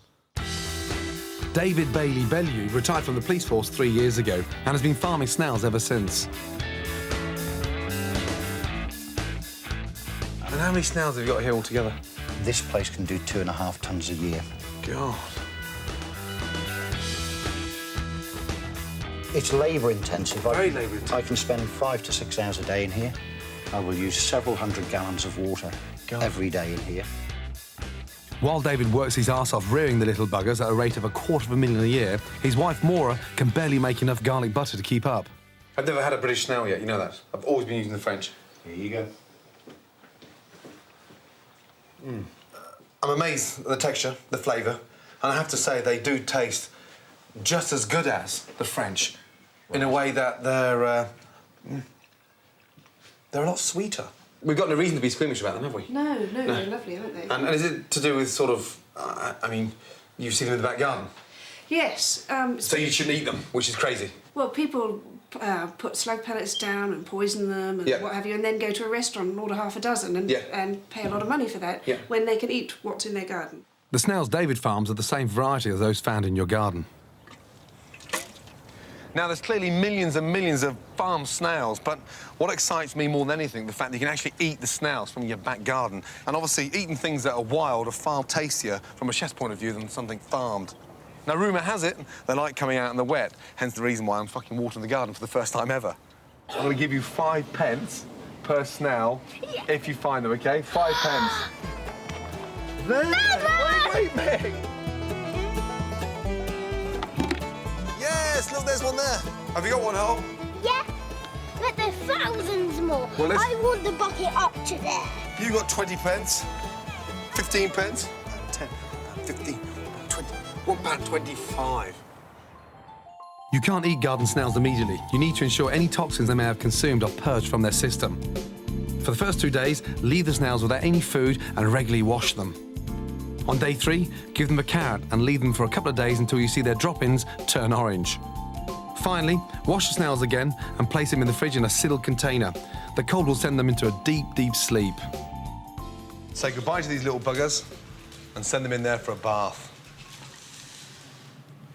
What frustrates me now when you see these in the pan is the fact that I pay a fortune for snails, and they're sort of free-range, wild, organic snails from southwest of France. The fact that I've got all these snails in my bloody back garden and I'm not paying a penny for them, we can finally say goodbye to the French. Drain. Get your tweezers and pick the tail. Now look at that. Small, sweet and beautiful. Right, with these snails now, I want to sort of up the tempo a little bit. And yes, they're wild and they're from the back garden and they look delicious, but I want to get away from that garlic butter.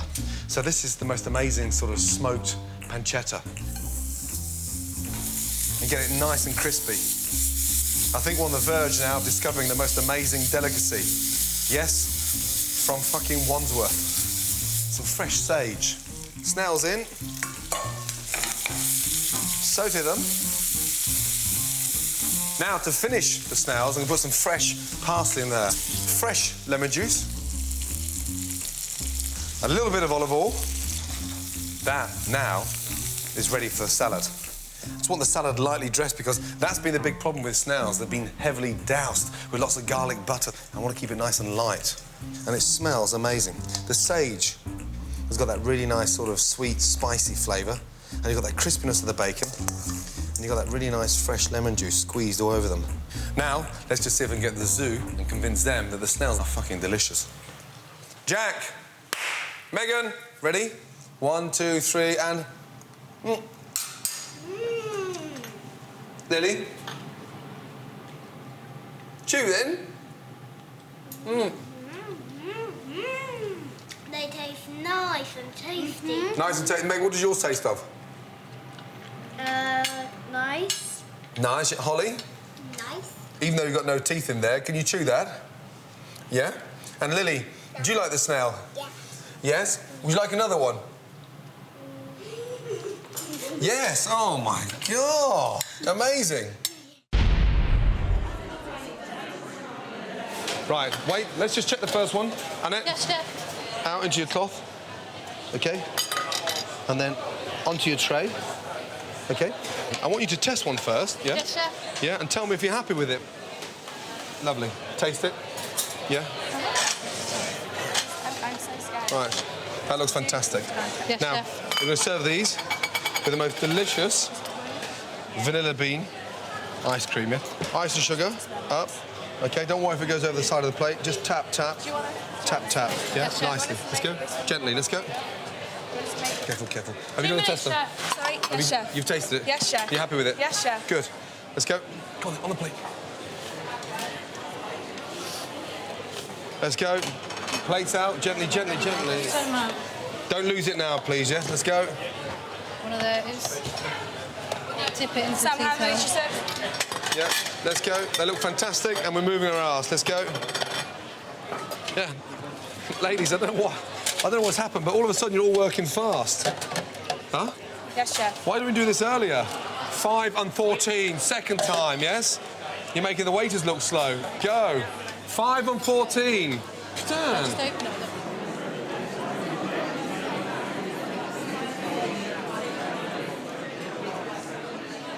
Slide them down, so put the ice cream on there, please. Let me show you.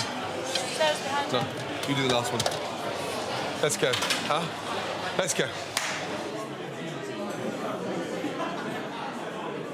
I thought dessert was fabulous. I loved the combination of the warm chocolate combined with the vanilla ice cream. So the warm and the cold combined was really, really great. I love the way it fell away as you were eating it. It was really nice taste as well. So excellent.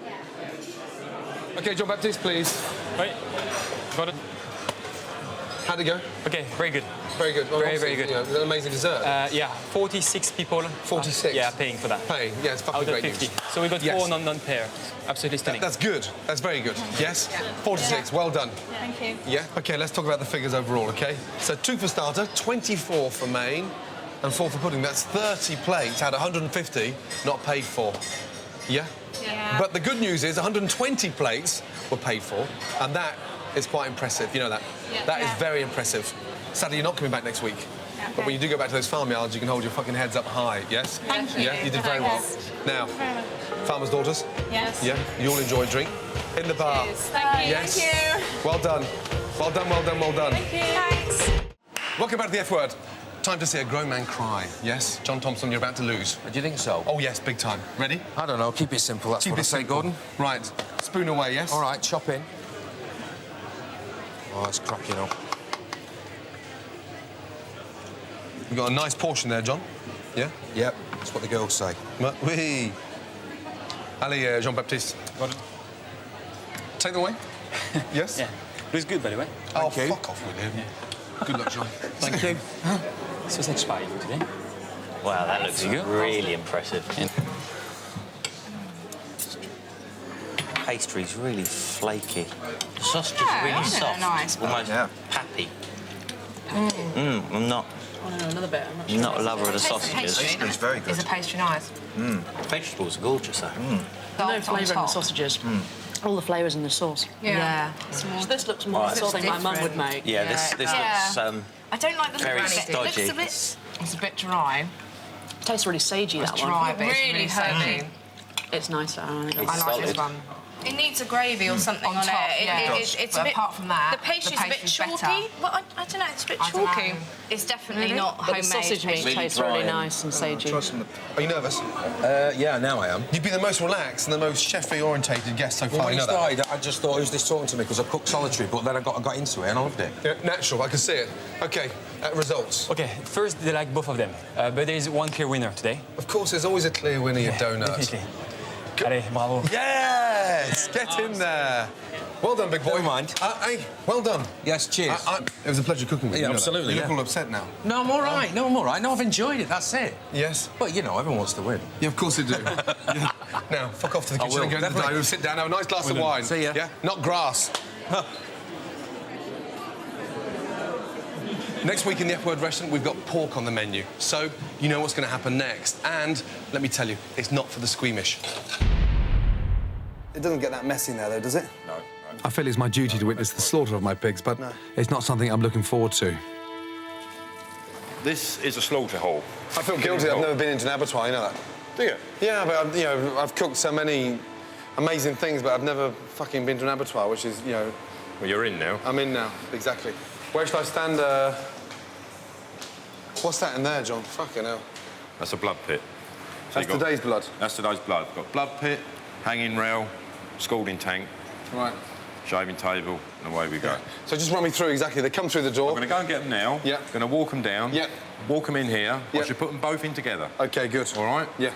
So I should be stunning one. Once that pig's been stunned enough, it's going to lay on its side, but it's going to kick. Right. All right? Warn you that now. Yeah. All right? Then I'm going to put a shackle on.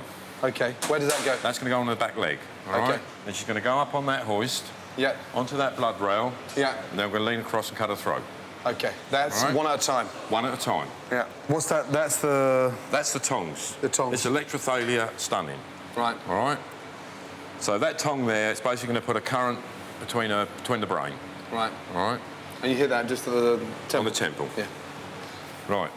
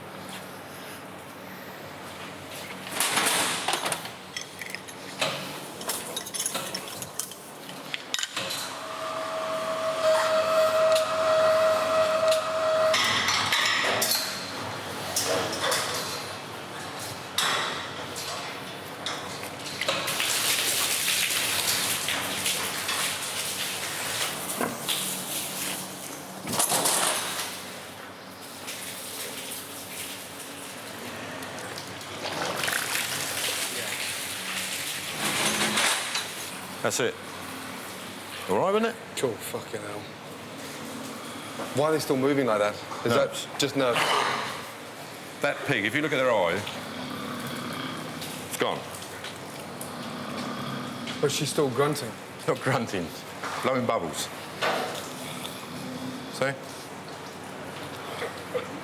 Nerves. Finished. Fucking hell. Painless.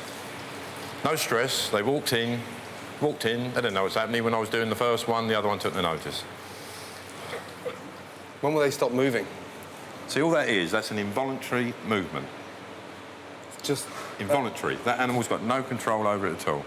That's the worst of it. Cool. Fucking hell. Yeah, I mean... it seemed fast. It seemed like it was, you know... And it's weird, you know, they're here 1 minute and now they're hanging with their throat slit. So, yeah, not pleasant. For the men of the abattoir, slitting the pig's throat is just the start of the process. Then they put Trini and Susanna in a scalding tank that removes hair and several layers of skin. I'm amazed at how white it's come out like that. Unbelievable. The animal is shaved of any remaining hairs, then the pig is disemboweled. Right, so I've loosened that already now, and now we're going to drop that through now. All right, so we're just going down there, break the breastbone. That's it. That's your sausage skins. Okay. You know, see natural skins? Yeah. Right, just cutting into the back of them. Straight out. Straight out. After the guts comes removing the pluck. That's the heart, lungs and liver, all still connected to the tongue. That's the tongue. We have to remove the tongue. That's it. And there's the esophagus. It's an incredibly fast, skilled process. Now the idea is to hang them now and sort of dry them for a bit in the fridge.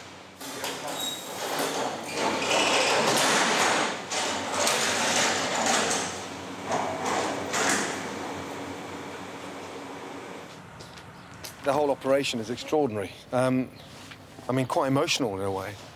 I felt sick as a fucking dog in there.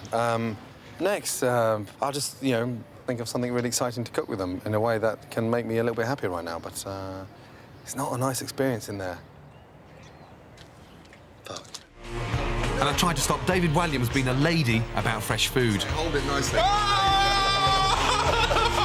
F was here and the F was back. Catch my mother and I catch my dad. Let her love my mother and I love my dad. Wanna have all that they never had. The F was here and the F was back. Catch my mother and I catch my dad. Let her love my mother and I love my dad. Wanna have all that they never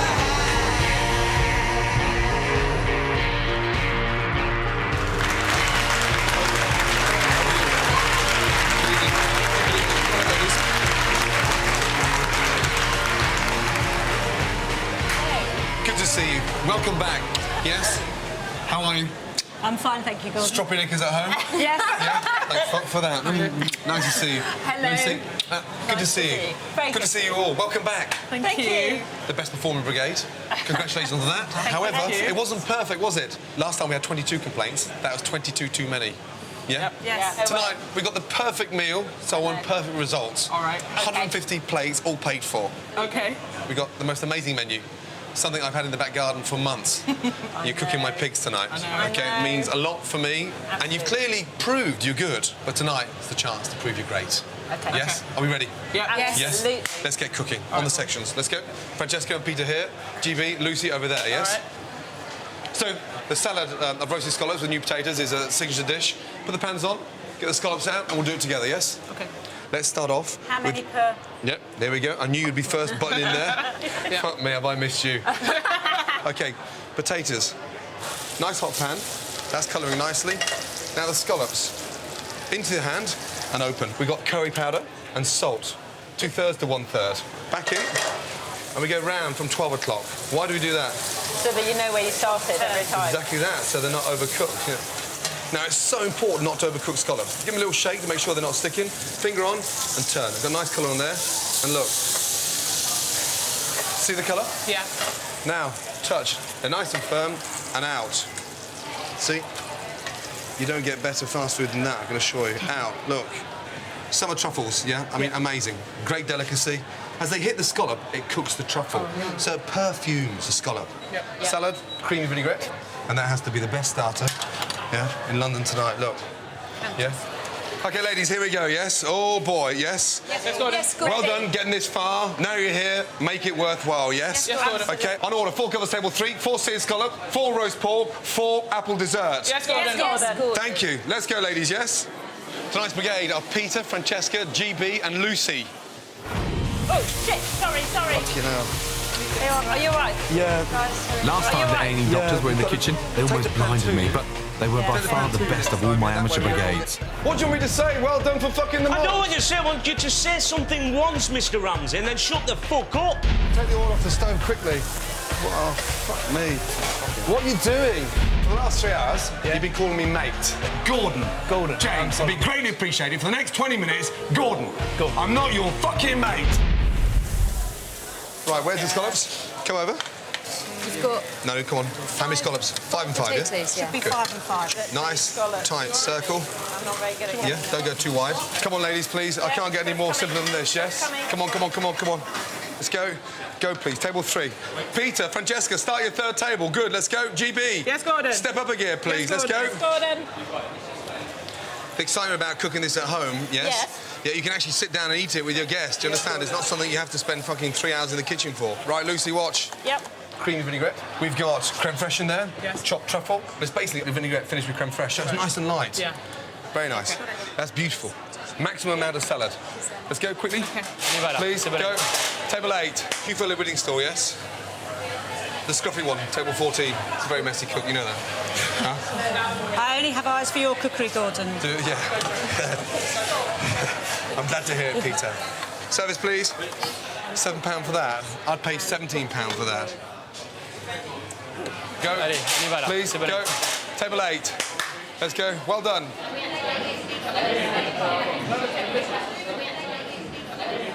It's a perfect time of year for a barbecue, and no barbecue's complete without a good pork sausage.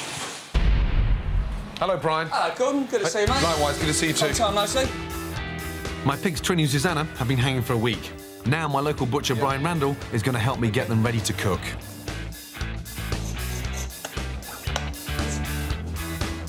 The cuts I'll be using for the restaurant are the belly and the loin of pork. The loin is at the top of the pig where the back bacon comes from. I don't want to waste any of my pigs, so Brian is going to make the other bits into mince so I can make my very own sausages for the barbecue. Along here, please. Let's go. Jack, come down. Megan, come down. This is Trinny meat. We've got to mix all with our hands. Okay. We're adding thyme, sage, apple, onion and whole grain mustard.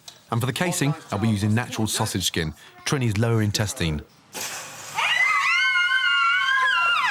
Sausage mix into the machine. Cool, dear. OK. You've got lots of people to feed. Matilda, that big? Bigger. Happy with the size? Yeah. Yes. Thank you, guys. First time we made the sausages. Thank you. Right, let's get ready for the barbecue, yes?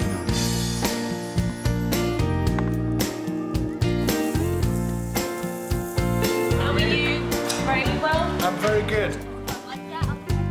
OK, ladies and gentlemen, your Trinny sausages are ready. Ready? Large one, medium one, or small one? No. There we go. Up. Off you go, my darling. The sausages are going down a storm, but I've saved a special cup for Janet Street Porter. Yeah? You've had all sorts in your mouth, yeah? Yeah. I've got a bit of a surprise. Come on. Janet Street Porter, what do you mean, What do you mean, That's Trinny's tail. Have a little taste. Oh, come on. Oh, meat tastes good. Isn't that delicious? Even the towels are getting the thumbs up. But will I win my wager with Hugh? Cheers, man. Cheers. Well done. Good health. Thank you. Good to see you. A couple of months ago, I bet Hugh that he wouldn't be able to tell which one of my pigs I've been feeding cherry beer and which was beer-free. Right, you ready for the taste test, yes? First of all. So this is the loin. This is the tenderloin. Tenderloin. A little bit of liver. Yes. That's so juicy. Delicious. To me, that just tastes of quality pork. Very, very good pork. So this is from the other pig, but I don't know which other pig. That's right. If you thought of one plate that had been treated differently with alcohol, which would it be, the red or the blue? I would go for the blue one because it's tastier. It's just everything's the liver's a bit sweeter and the pork a bit porkier. Yeah. Well, that's extraordinary because the blue plate is no beer. No beer. Okay. And the red plate Just the was beer. Susanna, Okay. who got fed the beer. Interesting. Hugh got it wrong for the best of reasons. The meat from Susanna, the beery pig, has lost a little of the pork's natural sweetness. Very nice So he too. chose the tastiest, but not the beeriest. Bland. Well done. That was worthwhile. An interesting experiment, definitely. Time to marinate myself. It was the scallops that were, king there, without a doubt. Just fell apart. It had a really wholesome taste to it, and it still had that sort of meaty texture which you look for in a scallop. Considering I don't really eat scallops at all, it was probably the second time I've tried it, so yeah, really good. Presentation was beautiful, looked lovely. Thought it was a little bit chewy, but overall, compliments to the chef. Yeah. Right, feedback from the scallops? Very good. 49 people happy. 49? Yeah. Yes. Great news. Well done. Fantastic. Yeah, very good. Not total perfection, but it's bloody good. I mean, really good. Now, the next course, yeah, I've really seriously looked after these pigs like you've got no idea. Like having a patient that you fall in love with over the last 3 months. So, the pork's a little bit more difficult, but well done. Clear down. Thank you very much. Thank you, Gordon. Hello. I'm so sorry to hear you didn't enjoy your starter. What's wrong with it? Potatoes. Some of the potatoes was a bit harder than the other potatoes. Right. Do I look bothered? No. Because 49 customers have agreed to pay for it because they loved it. But I'm looking forward to the next one. And if you don't pay for the next course, I'm going to smash your sunglasses. Welcome back. Teaching people to cook Sunday lunch has been a real challenge, but Little Britain's David Walliams beats them all.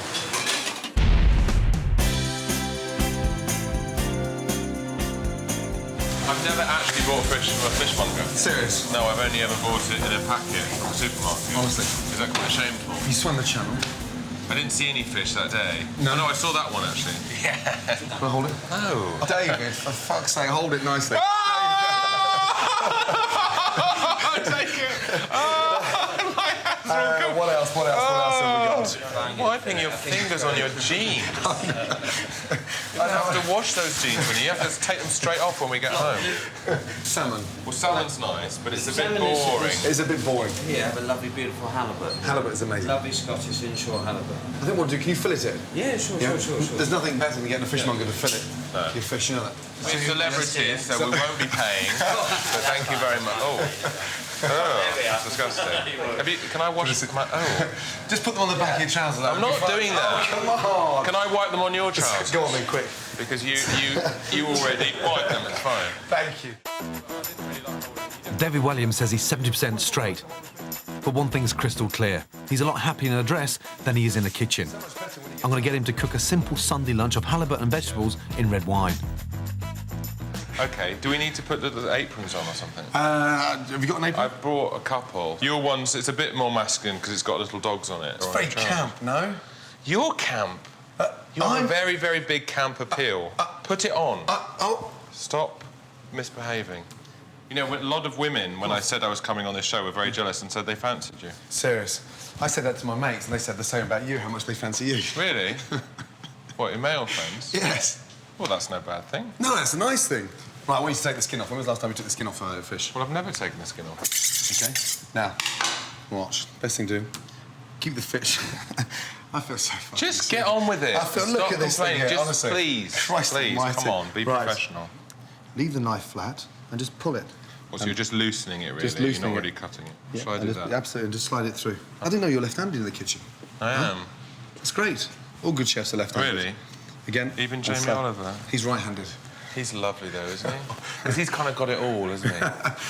Oh, God, it's going to be a great lunch. When was the last time we had an actual dinner party? When was the last time you actually threw? Don't know, probably quite a few years ago. Really? And was it successful? No. Right, we're going to cut up some pancetta. What I want you to do is just cut what they call lardons. The garnish is going to be quite straightforward.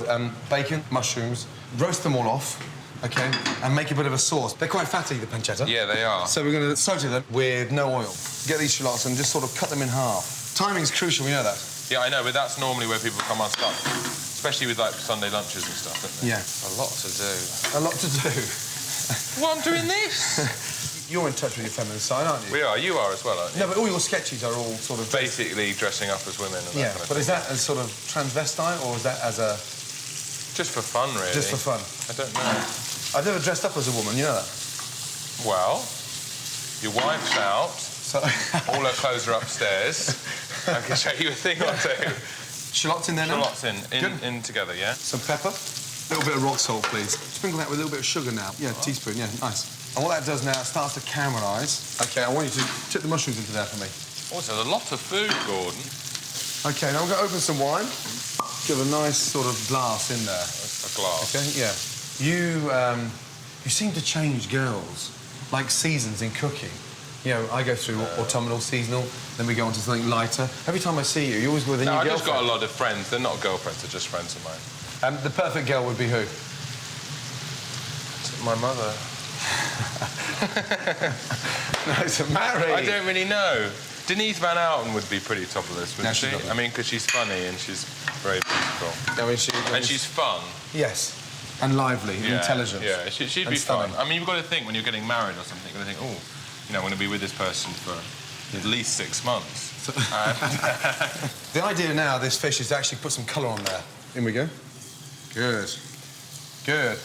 Right, that's coming down nicely. Get a spoon, OK, and have a little taste. And just tell me if you think it needs a little bit more seasoning.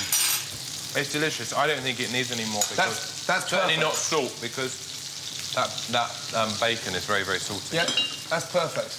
Nice. If you just touch that there, look, it's sort of... You've got a little bit of resistance there. Yeah. So it's just a little bit pink in the middle. OK, you're waiting for it to go hard, and then you put it in your mouth. Is that all right? That's exactly that, yes. OK.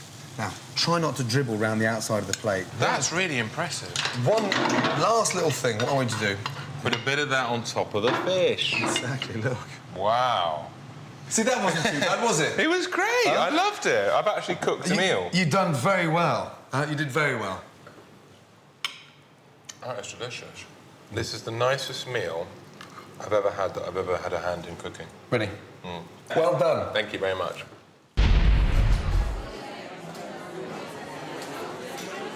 Time for the main course. Trini and Susanna. Now, I'm going to be serving the diners 2 cuts. The belly of pork and the loin of pork. The belly takes a lot longer to prepare, but it's worth every second. There's definitely no waste on a pig. This is a belly of pork. It's cheap and delicious. And look, it's got these wonderful layers of fat. It's packed with flavour. Score. Season. Olive oil. Garlic. Time. Season both sides and lay it on top of your garlic. Lifts the belly of pork off the tray and stops it from drying out. White wine. Tin foil. Hot oven, 2 hours. Look underneath there. Lovely.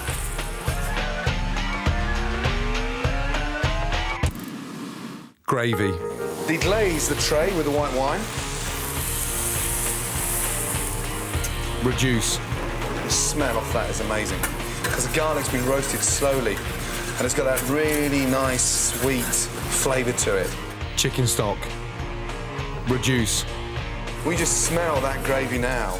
You know damn well it's going to taste magical. Sieve. Push all that garlic through there. That's fucking delicious. Pressed pork. Place another tray on top of that. Weigh down. And set it in the fridge. Chill 6 hours. And look at that. I could take a slice and actually eat that cold.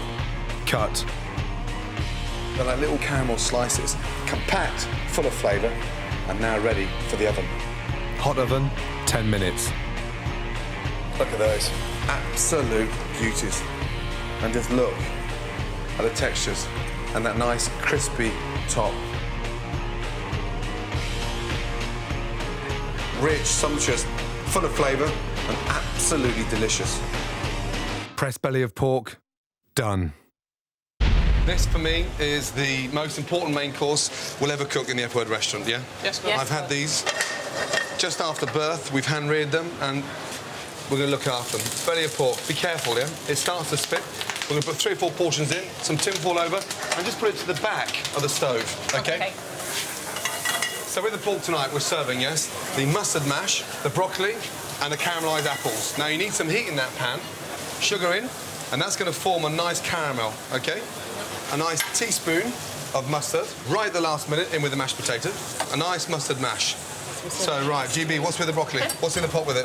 Onions, almonds, and capers. That's right. Apples, nicely coloured. And then finished with some fresh spring onions in, and a little bit of chopped tarragon. Yeah? OK, now the tarragon, the apples, the spring onion is amazing. Look, that is just mind-blowing. Good. Belly of pork is cheap and delicious, but it's the loin that's the real classy cut. Loin of pork, rich, sumptuous, it's the most tender part of the pig. This is better when it's slightly pink. Yes, that's right, Granny, pink. First of all, you have to score that fat on the outside, you get some really nice, crispy crackling. Score. If you haven't got a sharp knife, I mean really sharp, use a Stanley knife, it works brilliantly. Stuff. Just slice into the centre and open it up. And look. Lemon zest. It gives it a really nice, summery, zesty lightness. Sage. Sage and pork go brilliantly well together. Parsley, garlic. Nice little thin shards. Salt, pepper. Olive oil. It's like a blanket of aroma. Fold it over, just like an envelope. Thyme. Put the string in the pot to stop it from running around.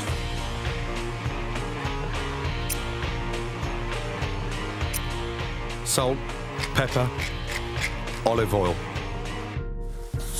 Mop it up. It smells amazing, it's not even cooked yet. Straight in. Hot oven, 45 minutes. Just the smell of that is amazing. Look, crispy crackling. Rest. Untie. Carve. Nice thick slices. That's what I like to hear, that noise, the crispy crackling. Tender and delicious. Fragrant lemon zest with the sage and the parsley. Extraordinary. Pork loin with lemon and sage, done. I want every single diner paying for their main course. Let's go. Right, ladies, 4 nice belly of pork. Yes, Peter, 4 pork away. Yes. Right, let's go, Lucy Lou, Yes, GB, Gordon. 4 portions of pork away. Yes, Gordon. Let's go, please, yes? Yeah, potato. I can do that bit. Let's put that bit. Apples on. You want to get that pan really hot next time. Let's go. Quick. So that has to be the perfect way of eating Trini and Susanna, yeah? Go. 10 or 10. Right. Lucy. Yes, Gordon. Yeah? GB, please. Yes, Gordon. 4 more away. Yes, Gordon. Yes, Gordon. Belly of pork in. Gordon, I've got a question. Are these... Francesca, you're going to have to shout at me. I can't hear you. Are these burnt or are they burnt? caramelised? Sherry, toss them.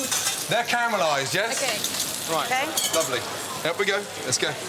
Just need the potatoes. Now look, doesn't that look fantastic? It does. Table 8, yeah, go. Let's go. Take that pan away from me. Yeah, right. Yeah, I need 2 fours now, yeah? Okay. 2 I'll fours see the away. rest. Ladies, last tables, yes? Yes, Gordon. Yeah, make them the best. Yes, just like the Gordon. first table, yes? Right, the first. Oh, hello. Careful. This is great. oh, I love it. Fantastic. Right, OK. Would you pay for those? I 100%. 100%. GP, yeah. Definitely. Fantastic. I think Well done. it's Table 8, go. Thank you. Come here. 2 seconds, please. Well done. Yeah, hard. Yes, Gordon. A lot going on there. Definitely. Yeah, well done. Tough. You didn't let yourselves down. More importantly, you didn't let the girls down, did you? Trini and Susanna, well done. No. Let me clear down. Thank you.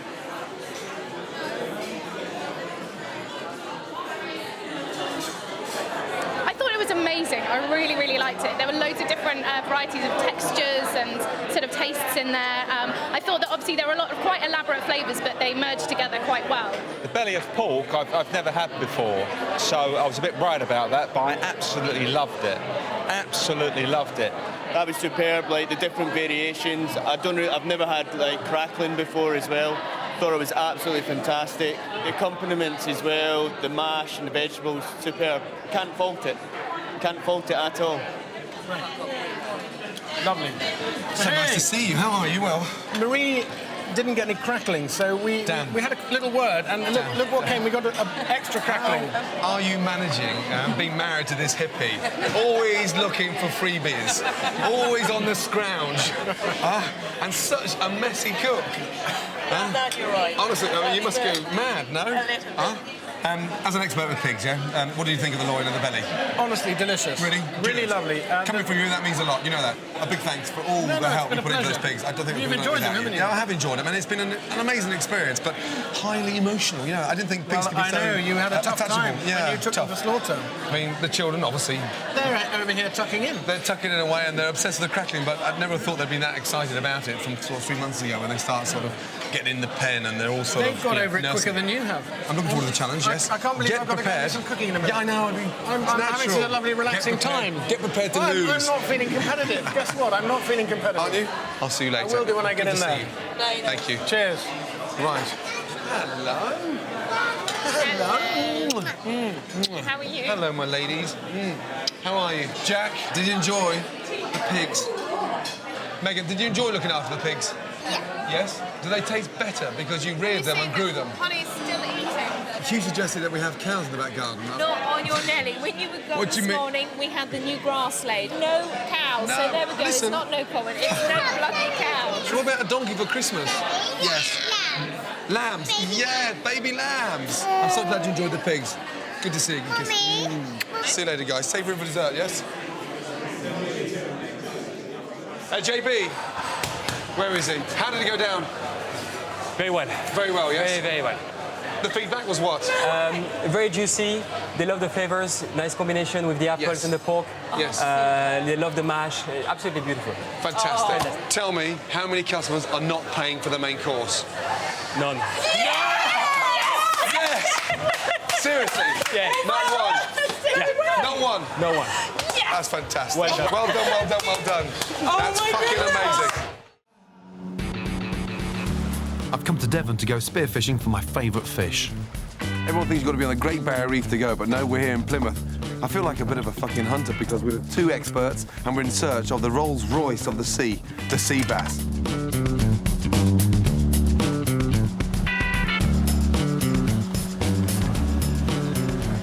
Spearfishing is a controversial sport. Some people think it's cruel, but in fact, it's one of the most sustainable methods of fishing, so I'm keen to give it a try. This is Eddystone Lighthouse, 10 miles off the Plymouth coast. I've been brought here by two of Britain's best spear fishermen, Dave Thomson and Dave O'Callaghan. It works more or less like a crossbow.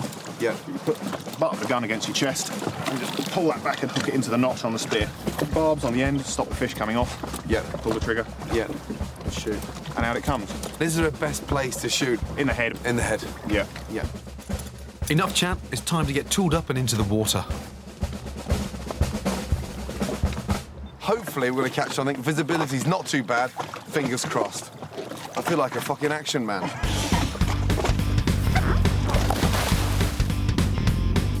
I've got to dive about 10 metres down, settle into the kelp and wait for the sea bass to swim past me.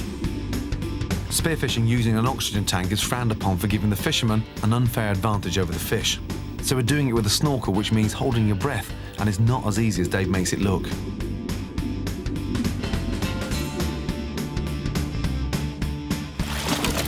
This is supposed to be the perfect place to hunt for sea bass because they flock to the rocks to feed. But so far, all I can see is seaweed. I missed one right in front of me. By the time I reloaded, the fish turned around and went like that, and then fucked off.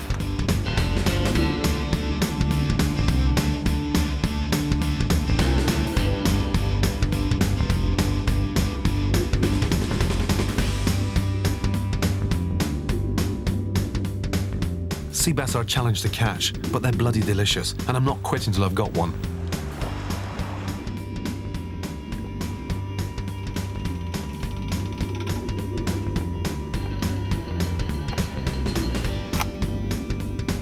And finally, they all come at once, and I'm on a roll.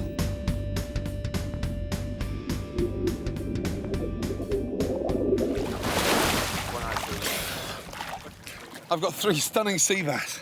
I've never caught a fish from a spear, and not bad. First time out. Amazing experience. Bloody hard work. I'm fuck gonna get out. Fishing etiquette says that you should only catch what you're going to eat. Just try and stop me.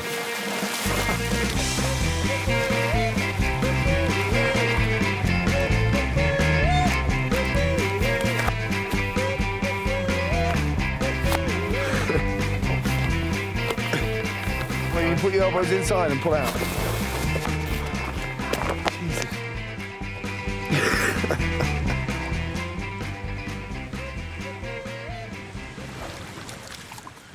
Now we're going to score them. About 1.5 inches apart. It just makes it cook evenly, and more importantly, it seasons it inside. Salt, lemon, saffron. This is where it gets really exciting because the saffron's flavouring the salt and colouring the salt. Now, fennel and bass go brilliantly. I've been serving it for years, and it's just that really nice rustic aniseed flavour that just goes brilliantly with the bass. Open it up and place all that lemon and fennel in there. And that keeps the bass really nice and whole, so it cooks evenly and, more importantly, got that amazing flavour. Wrap it in tin foil and just drizzle that with olive oil, and that keeps it really nice and moist.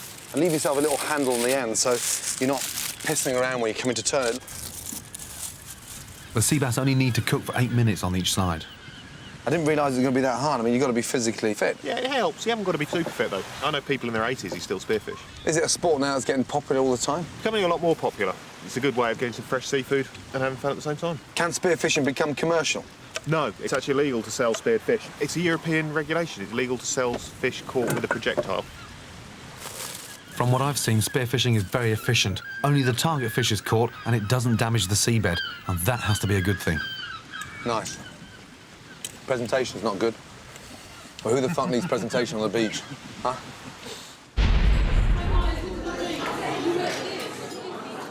Now, they may have beaten me before, but it's time for the ultimate challenge. I'm going to whip their ass. Are you ready? In your dreams. Yeah? Very ready. Let's go. Okay. Ladies first. Are you in a good mood or a bad mood? Medium. Thank fuck for that. So we're all doing apple desserts, yes? Yeah. Okay, the Yeah, I'm perfect doing dessert. a simple apple dessert. The perfect dessert to follow pork. Yes, Janet?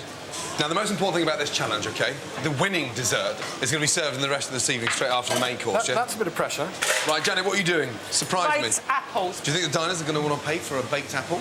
It's so simple. I've gone to Harrods and bought mincemeat. Has it got suet in there? It has got a tiny bit of suet in a it. little bit of beef. But not a lot. What's your ass pulsating in those jeans at that. again? Yeah, why have you got pastry exactly? Because I'm making a rice pudding apple tart. Oh, dear. So I've got pastry, God, the double filling, a kind of whammy of custardy carbs. rice pudding filling that should set very nicely. And the apples are going to go on top, just sort of lightly fried in a little bit of butter with a bit of sugar, slightly caramelised. But Hugh, before this have had scallops and potatoes, Yes. roast pork. I didn't know about the potatoes. And now stodge. It's not stodge, lovely fresh apples. I mean, these people will have to lie on the bloody carpet afterwards and get over their carbohydrate overload. You're ladling in the Harrods mincemeat. It's not exactly a slimmer special, is it? Look, Hugh, that's the hole. That's the hole that the mincemeat goes in. Where's the volume It's a on little that? hole, isn't it? And that much mincemeat isn't going to make my arse 2 sizes bigger, is it? It's a small hole. It's a very small hole, I agree. Try to shut her up. I've never managed it in the last 2 months. Yeah? Have a fucking go, will you, please, yeah? So, whilst Hugh's doing a rice pudding, topped with apples, Madam's doing a baked apple, I'm going to keep it really simple doing an apple tart. Just a very simple apple tart. But I'm using all the trimmings of the apple to make a little bit of a puree, a little bit of cinnamon, and then a fresh vanilla seed. Open up, scrape out the seeds, and we're going to put that on the base of the tart, and then apple sliced really thinly, this sort of wafer thin. And they're going to go all the way around the tart. You're slicing yours thick, Hugh, yes? Quite thick, yeah, because I just want one layer of medium thickly sliced apples over the top of the rice pudding. This is so lovely. It's comforting. I'm going to serve it with ice cream. And when you serve this at your exquisite dinner parties at home to all your friends, yes? Yeah. Do they enjoy it? Yeah. Do they? I have people queuing up to come round my house for dinner. So I've rinsed the pudding rice, I've blanched it and rinsed it, and now I'm just going to cook it, but instead of baking it in the oven, I'm going to cook it in a saucepan with a little knob of butter and a splash of whole milk. Right. So just a little bit like cooking a risotto. Right. Well, mine's ready to go in the oven. What? Sorry, loves. We've just started. You've got to have... Yeah, because I'm cooking something that in the real world you feel like cooking after you cook the other 2 courses. The way I see it, this is really kind of a final between Janet and myself. Exactly. We've both beaten you before. Can you fuck off? And you're just... I can't believe you finished already, but there again, you had fuck all to do. But take it out of the jar, stick it in an apple, and bake the fucking thing. Doesn't it look lovely, actually? So my paste has been rolled out. Not too thick. And then what we're going to do now is just turn it around. Get your finger and nip the pastry so it forms this little lip. And what that does, it helps to keep the apples in the centre of the tart. Give it a little pierce so it stops the pastry from rising. And then we'll be ready in 5 minutes to put that puree in there, then our apples on there.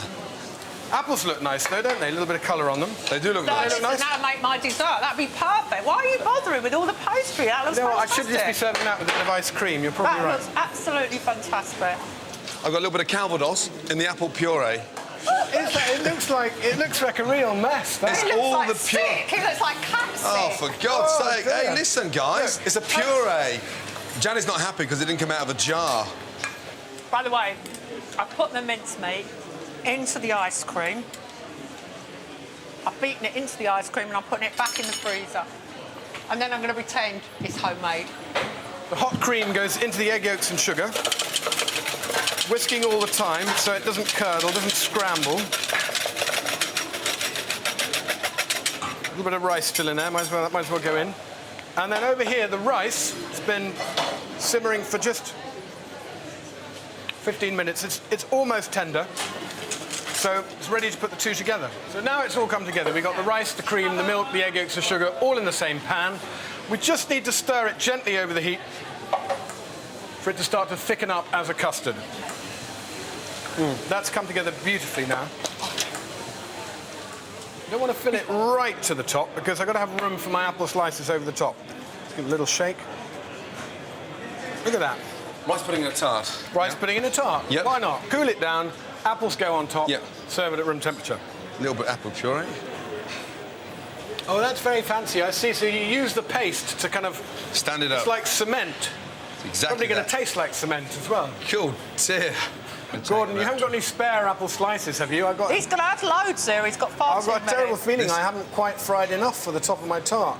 Spread them out a bit, Hugh. Well, they won't look as good, will it? Janet, this is what's called cooking the real world, yeah? Not apples out of jar. This is what I go and buy down at pastry chefs. Why am I going to waste time making it? It looks lovely. I'm not knocking it. It is an artwork, Gordon. Gordon, you can't do this in a hurry, can you, Gordon? I can now. You're holding us up. Hugh, have you finished? Very, very nearly. I'm just going to make a tiny bit of a glaze for the top. Oh, no, Hugh, get on with it. Just a tiny bit of this syrup on the top. That's pretty much ready. It just needs to settle down for 10 or 15 minutes. We'll serve it at room temperature. What's that? Butter. Butter. Look. Butter, and you're going on about my minuscule amount of lard. Oh, look! He's so anxious to win. Janet, can you fuck off, please? Well, Let me finish, for God's sake. Now we're going to cook this for 10 minutes, then turn it over and cook it upside down so it presses it nice and flat and squashes all those apples into the pastry. Don't mess up my... Hang on. 15 minutes. Then we'll turn it over. For how long? 15 minutes. Right, Janet's apples are in. My tart's going to take about 15 or 20 minutes. Once that comes out, we're going to let it rest. Hugh's tart is resting, and then we're going to serve them all to the blind tasters. I'm back home, up here in Scotland, in Greenock, where my grandfather used to have a butcher's shop, and I'm here to see if it's still there. When my grandfather came back from the war in 1945, he opened a butcher's on Greenock's bustling High Street. In those days, everyone bought their meat from the local butcher, and there were queues outside the shop. And it wasn't just like that in Greenock. When I was a kid, everyone bought their meat from local butchers, like my grandfather's. But Britain's butchers are beginning to look like an endangered species. Where'd you get your meat from? Tesco's. Tesco's. Out of Tesco's. Out of Tesco's. Tesco's. Supermarkets. Yes. And what's wrong with your butchers? We've got one, I found it. Now, according to these photographs, this is where my grandfather's butcher shop used to be, and it's actually a sort of health food shop now, which is quite sad in a way, because all I remember from him in the early days is just how long and how hard he used to work. Your dad's shop is just there. That's right, yes, used to be, that's right, yes, Monroe's. These days, 75% of our meat is bought from supermarkets, and sadly, butcher shops are closing across the UK. And it's not just the lack of customers that threatens our high street butchers. They're also struggling to find people who want to work in them. Ever thought about becoming a butcher? No, never. Would you ever consider becoming a butcher? No. You're leaving school in a couple of years' time? Yeah? Ever thought about becoming a butcher? No. Why not? Because it smells. If we lose the high street butcher, we lose a crucial food skill. The average age of a British butcher today is 57 years of age. So if there's any chance of the high street butcher surviving, we've got to encourage more youngsters to come into the industry. I'm here in Leeds at the Thomas Danby College to see if there's a glimmer of hope. Morning, guys. How are we?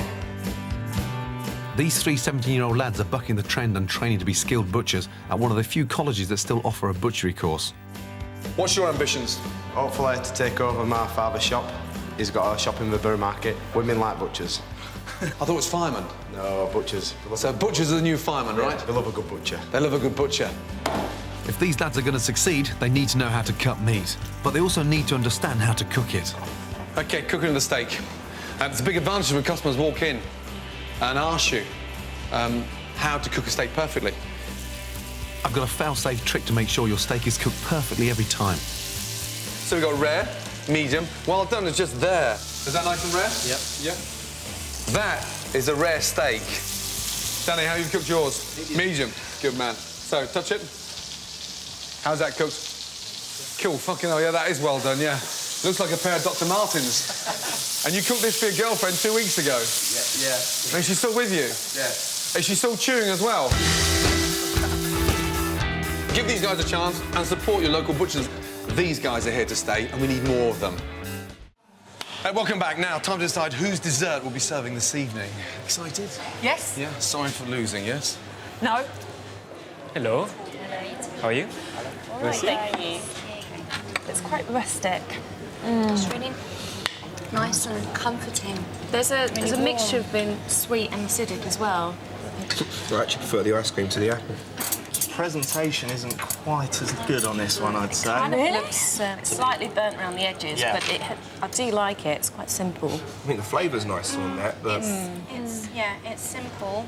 And it's not overpowering either. Nice crisp pastry.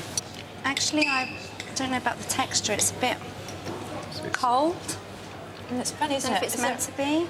It's quite eggy, I suppose, but I really like it. OK. Right. For the first time, we're having a draw. A what? Yes. A draw? Oh, get out. A draw? Yeah. With two winners? Yes, with two. So someone's going to feel a bit ropey then, aren't they? Yes. So we're having 2 votes for Janet. 2? Oh, yes! Well done. OK, 2 votes Go on. for... It's got to be me. Don't you dare. Yes! Oh, Hugh, I'm sorry. That's all right. Yeah. Hey, well done, I mate. went last, you win! We have to serve. We'll have to, obviously serve them both. Yeah. That's not really a problem for me. OK. I'm quite glad to be out of this, frankly. Jesus. You best start now, because yours is going to take about 10 bloody The hours. service, sorry. You get working now, you know, get slicing. I can go back to my table and enjoy pudding. Yes, please. Perfect. No, fuck off, both of you. Thank you. And don't come back, Janet. Shit. Right, ladies. For some bizarre reason, yes, I drew, with Janet. Ooh. Now, it's called a tart fiend, OK? So it's a nice caramelised, thin apple tart. This is just puff pastry. Nip it over and nip it in. Apple puree. We cook it for 20 minutes, then we turn it upside down and cook the pastry.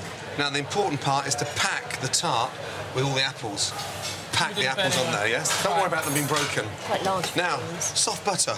We just brush the pastry. Yeah?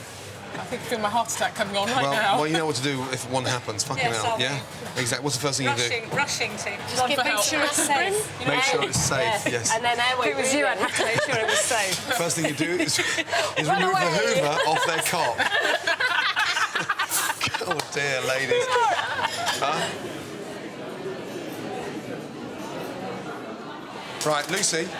Yes, Gordon. Every time I come over here, you disappear. Come here. This is your tart. Let's go. I'm here. Let's go. Well, stay here then. Is that enough, Gordon? Is that enough That's it. Gordon? And round the bottom, round the bottom. My teammates. Let's go, ladies. Tarts in the oven. Let's go. Yes. 180. Okay. 180. Over the last 2 months, I've been running a celebrity cookbook amnesty, encouraging people to send me their unwanted celebrity cookbooks. I made it my mission to help you clear your kitchen bookshelves of the cookbooks that you thought were crap. Meals in minutes, shredded in seconds. As well as shredding some, I also made some celebrity chef toilet paper. You know what? That is the scariest. Freddy Krueger. The Freddy Krueger of the kitchen. You sent in cookbooks from almost every chef, including 6 of my old cookbooks, you cheeky buggers. But there were 3 who came out top, or bottom. My top 3 unofficial losers in the poll are Ainsley, Gary and Delia. What in the fuck are you doing down there? I didn't expect the safety net of British cooking to be in that category. The numbers were too close to call, so to find out who's bottom of the pile, I've come down to the Thames to ask some random passers-by to do a taste test. I've gone through Ainsley's, Delia's and Gary's most sent-in books, picked out a cod recipe, well, we are right next to the river, and asked people to tell me which one they like least. Right, Gary Rosie, parsley cod with roasted potatoes and a mustard sauce. Which one of those 3 dishes is the worst? That one. That one? Yeah. Do you want to spit it out, or...? Yeah? OK, good. Which one is the worst for you? Let me think. That one. Yeah, this one. That is toilet. Ouch. Sorry, Gary. Delia Smith. That's cod wrapped in nori on a soba noodle salad. Oh, no, I don't like that. You don't like that? No, there's nothing to it. Bland, horrible. Poor Delia. Ainsley Harriet's a citrus crust with salsa, Cajun potatoes and steamed broccoli. No, it's got no flavour. Got no flavour. Which one is the worst? Oh. Probably Ainsley. Ainsley's moans in minutes. Someone had to come last, and based on my totally unscientific survey, the most unpopular celebrity cookbook of those sent in under my amnesty is... Gary. So there's only one place for this. I know where that's going. Damn. You're gonna get your hair wet.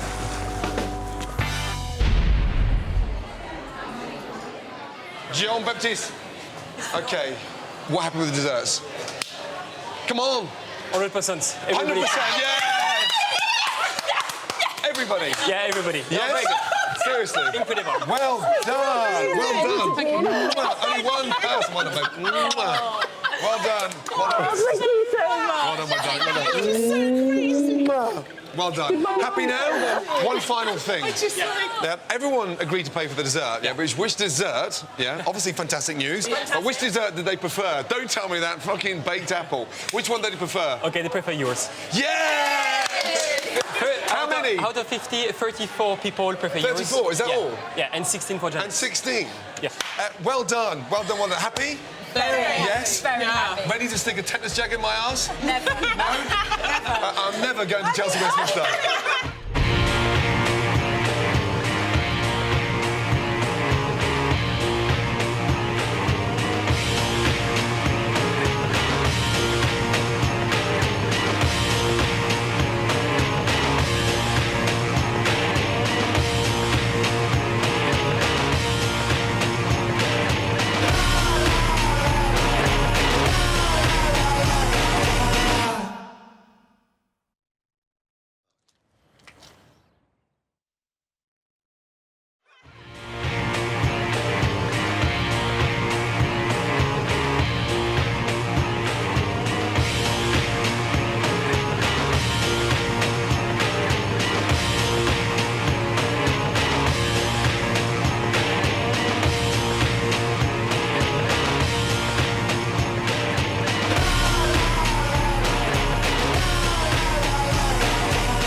F-Word Series 2, done.